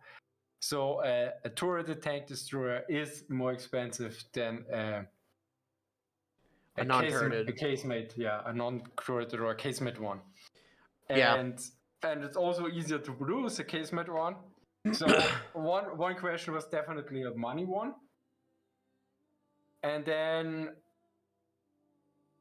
the Germans also used the experience. I don't know how much was the US tank destroyers based on experience actually. It was a brand new concept. They were working from scratch. Yeah. They weren't working off of anything that they had done previously. Yeah. And the Germans figured out, okay, we need more armor because that seems to work. And it's also worth pointing out that a lot of the tank destroyers Germany built were built upon captured hull and equipment, where fitting the appropriate guns that they wanted for tank destroyers wasn't going to work. Like you're not going to fit a Pak 40 onto a Panzer 38T chassis and put it in a turret. I'm sorry, it's just not going to fit. And it's also a good point. You had a lot of tank destroyers, Panzerjäger, which like the Marder series, which were already light ones. So it makes more sense to go for the heavier ones if you have already light ones. Because also if you look at the headsets, also basically on the side, and it's also quite a light vehicle. Right. So you could say, well, I mean, there are Marders and there are others. There's so many Marders. So was there I'll need you guys to ready up again. I need you guys to ready up again. It tried to put us into a game and failed. Ah, that explains why it took so long. Okay, ready? We're ready again. Okay. Okay, it's not. It's getting night now. So that's actually a question. I mean, if you look at the Jagdpanther and the Jagdtiger, but those were special ones. Because the Jagdpanzer 4 was the regular one. I mean, I pointed this out, I think, in my Jagdpanther video, where I specifically quote the manual where the Jagdpanzer is mentioned, and then the manual for the Jagdpanther, where they said, okay, this is a weapon of the höhere Führung, of the higher command. Mm-hmm. Whereas the Jagdpanzer 4 was for the divisional anti-tank units. Right. The other one was core army level or German army level. So Armeetruppe and Heerestruppe, it's great because Armee you translate with army and Heer also with army. So army in small, army level small for the army, for the formation, and army capitalized for the whole German army. So let's get in.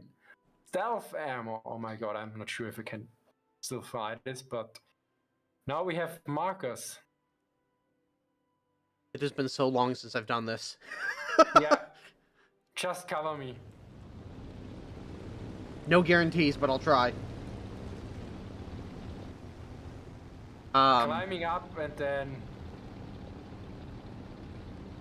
Yeah, it would make sense for the heavy German tank destroyer units to be at a higher assets of a higher level, because you don't want that sort of thing being just carted around everywhere to every little potential emergency that every unit has, because everyone's gonna want them. There's an enemy going very high. So I think those are bombers. What we achieve is we take the high ground, and then we dive down on our unsuspecting enemies and kill them off all the time. So this is our first target probably, because he's the highest fighter right now.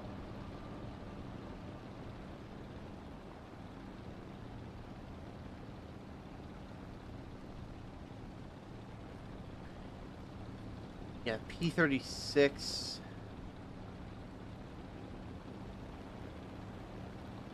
Oh, he's gonna get wrecked here.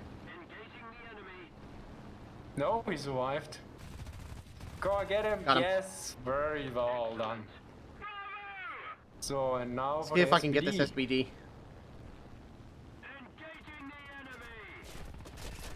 Well, nice. We got each other. Destroy the target. Engaging the enemy. Roger that. Ignore my markers on the ground. I'm selecting different targets, and I usually keep my spotting button as the same button I use to lock onto targets. It's a B3C, is that a Swedish one? I think so.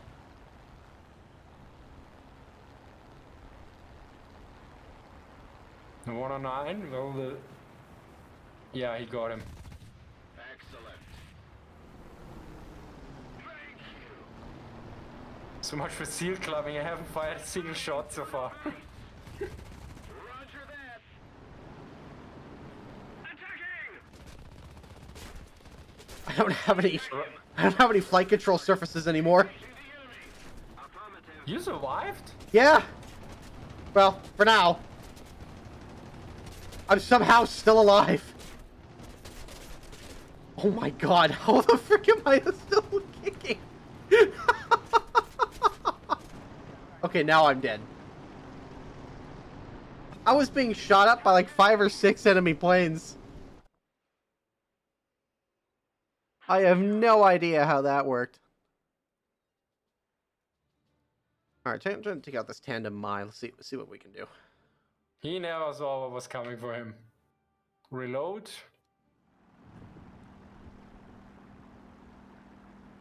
Oh, a console player.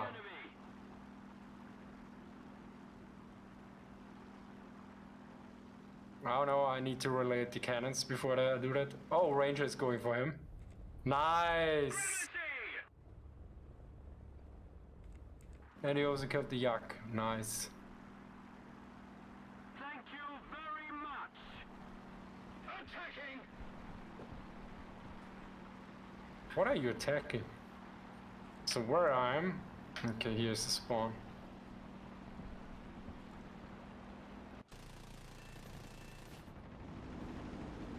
A little more effort and victory will be ours.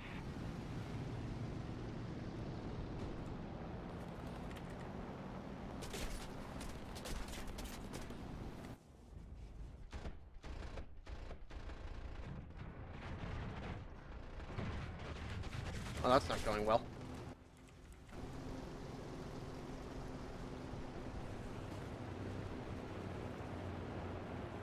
Alright. BB1 is a rather strong plane from what I remember, ground attacker. I have not played this in so long.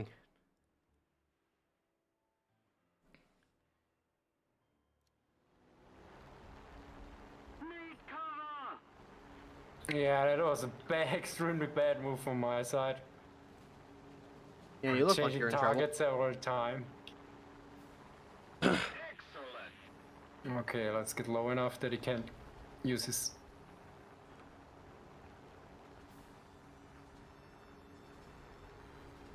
Okay, got him. Very nice. Engaging the enemy.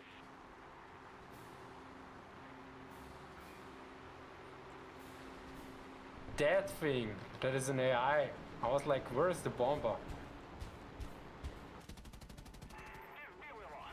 What is a BR 693 AB2?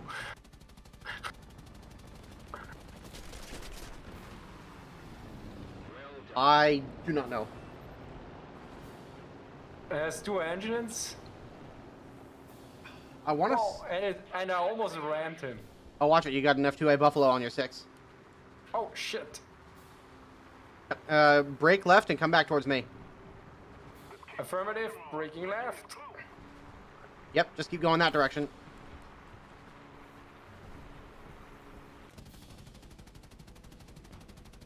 Ah, damn it. Attacking. Yes. I hear a Stuka or something. Yep. I'm on him. Got him. Thank you. Reloading. I should have reloaded earlier. Yeah, somebody has a B3 Stuka.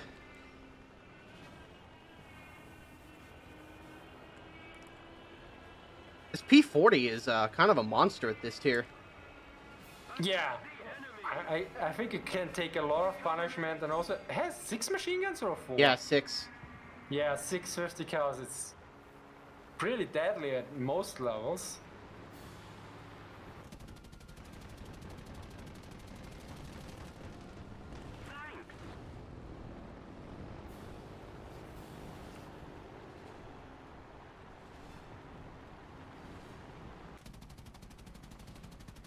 Nice.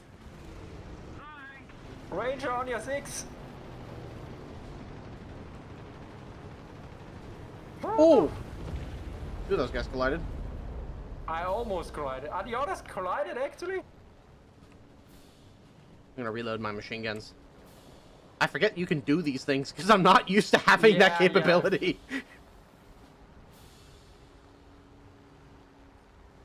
Oh, Ranger just got shot down by AA. I took revenge. I killed one EA.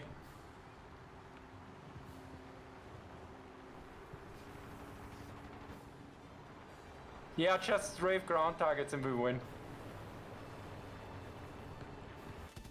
Right, it's a light pillbox. You can strafe that one. Got him.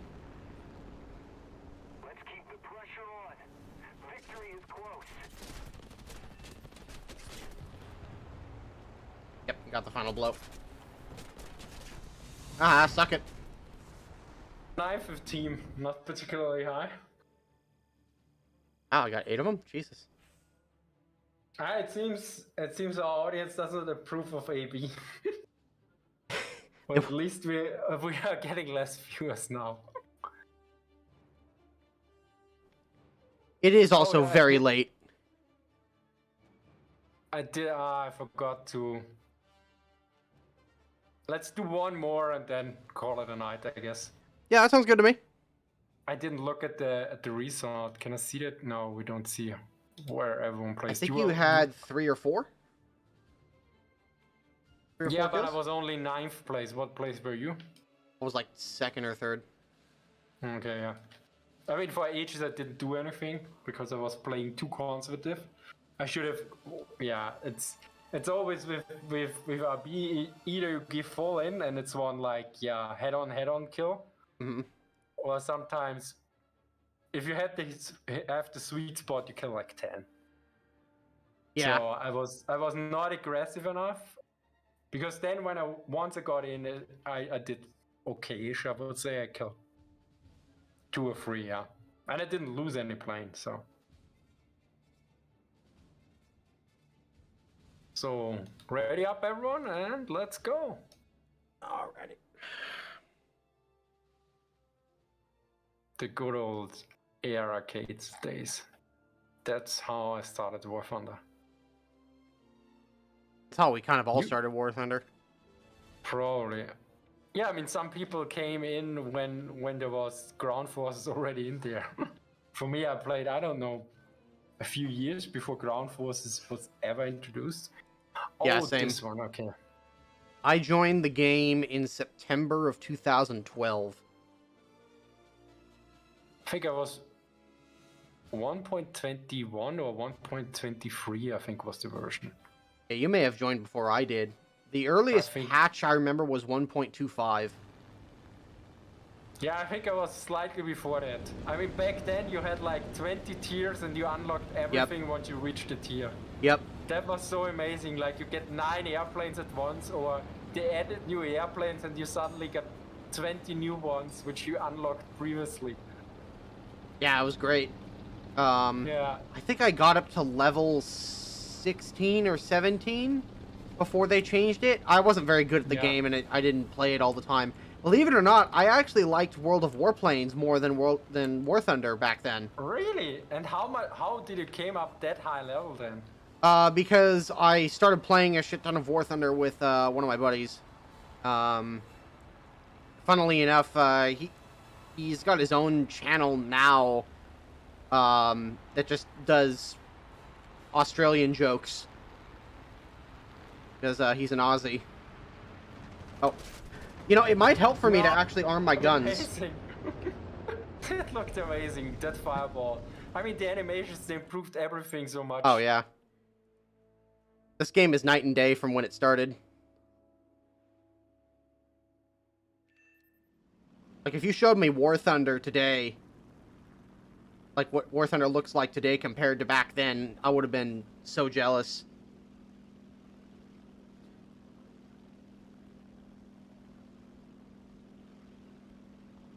Let's kill a broken fighter. Oh, yeah. I remember the days of the broken fighter.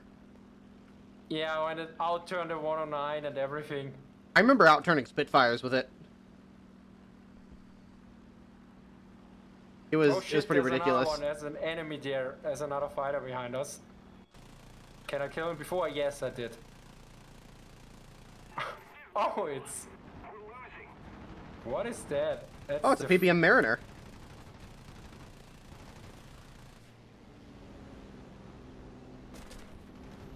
Launching an attack.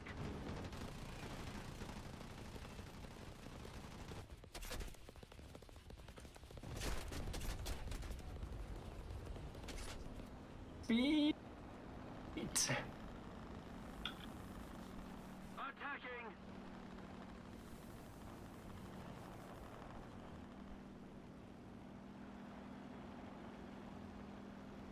Oh, okay, that guy crashed.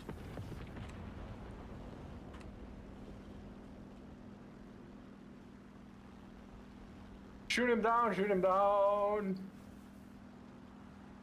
Thank you. Thank you, Ranger. At least I reloaded this time. Oh, well, a lot of fire coming from the... That's a KI-10.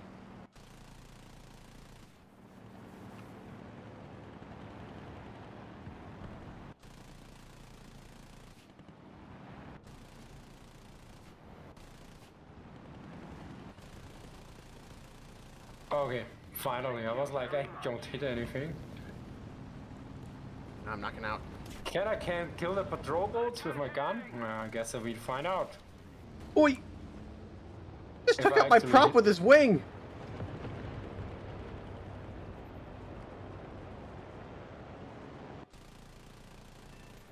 Alright. Oh! Lol. Whoa! That was close. I just shot down 2 planes without a propeller. Nice! There's no achievement for that yet, right? If there is, I probably got it before. Where's the enemy? Oh, it's him. I've been playing long enough, I would hope I'd 326. gotten it before. Oh, I have a water leak. Does this change anything? Does it kill my engine in the arcade? Maybe, maybe not. Alright, I gotta Is get he- out of here. Where is another one close? Oh yeah, he's coming. Are you coming for me? Or are you going? I guess I go for you.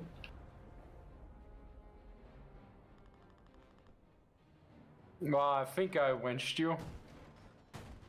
But yeah, the K10 would have gotten me, I guess. So which one is next? Like 3. 8. Thank you very much. Red Cobra. Okay, I denied you before. Edward, sorry. Yeah, adding me as a friend in War Thunder, I did this before. The problem is I don't know who you are anymore. So I have a lot of people there, which is basically like extremely confusing to me. It's also why I don't generally accept friend requests in War Thunder, because I don't know who these people are. Yeah. And on top of that, if you really want to interact with me, I have a Discord channel. Yeah. I have a public Discord that you can join and you can hang out. Yeah, in my case, it's not. I don't have a public Discord, but I'm generally overwhelmed also by. You've also got a much bigger community than I do. Yeah, and the requests and everything. So, I mean, I even have people I talked to and interacted for a while. I added them on Steam, and then I don't know who they are anymore. After a while, Oh. it's like, oh, somebody killed my prop. Was this you? Oh, I think you- I think you- no. Woo, that was close. I think your prop took off my elevators. Great, great. So we screwed Okay. each other. Let's bring that baby down for the motherland. I'm gonna have to bail out here. I mean, there's a nice road. Whoa! Machine gun stopping, or can I? Oh, is this a road? Where's the road going? Okay, that's fine. I really like the sound. They really improved the gun sound. Oh, Yes. whoa, no, that's not. Okay. I'm still too fast. I feel too. Yeah. Okay. That was not what I wanted. That was. But yeah, any landing you can walk away from. And my car is getting strafed by Binford 35. I guess I take the eye. Let's stick that one. That should be better. Oh, with rockets. Okay, which button is rockets? R, generally? No. R does nothing. I have no idea. Okay, it's 4. I have my own Schmuck. weird He custom molested keybind. My carcass. Kill him. Come here, bit. Got him. Nice, thank you. Okay, apparently you can't reload rockets with R when you haven't fired all of them. Yeah, I think you have to fire them all, and then it'll start reloading.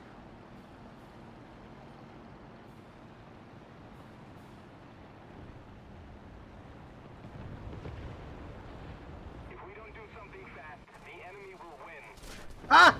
Oh my god, how did it look so amazing.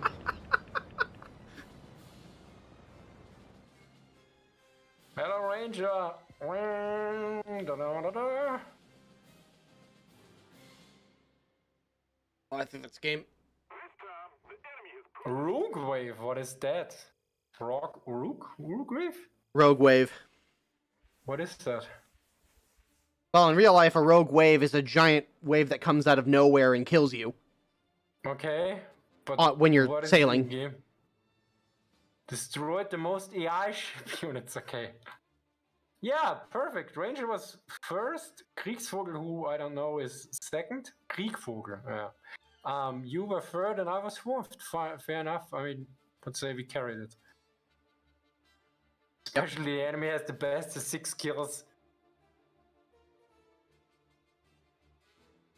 So I think this was a final match, final match, and let's take a final look at the chat. Noobster, guess it's good luck time for you. You damaged the people's properties with single capital skin lol. Okay, show because Northern who is Northern? Because it seems he's an approved user or a big channel, I don't know. If that's are you a supporter? If you're a supporter, thank you very much. Because yeah, you have a special mark, but I don't know why. There could be 3 reasons for that. Either I made you a moderator at one point, but I don't know. You're a big channel, or you're a supporter. So Is it a check mark? it's a check mark. That means that their channel is partnered, I believe, with Twitch. Or I'm sorry. In YouTube chat. That means that they've been approved by YouTube. Oh, okay, so it's a big one. Yeah.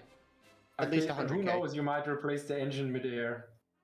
So, hello, Norton. Did the German army knew about the US tank destroyer doctrine? They figured it out pretty quickly once we started shooting at them. Yeah, probably.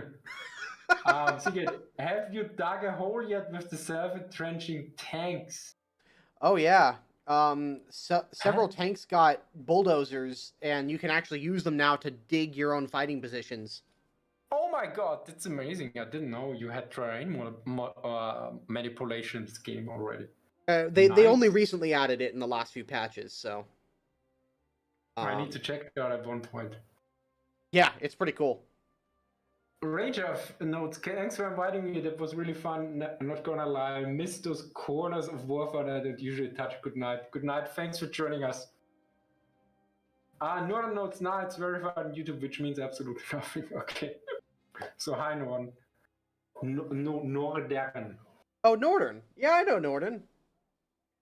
I don't know him personally, but yeah, I've seen his channel. Okay, what does he do? I've seen him play with Fly a couple times, I believe. So War Thunder and other games. Okay. Yeah, a number of things. Yeah. Northern is the biggest streamer for Arma 3 on Twitch. Oh, okay. Yeah. War Thunder, Arma. Yeah, I've seen his channel a few times. How you doing, man?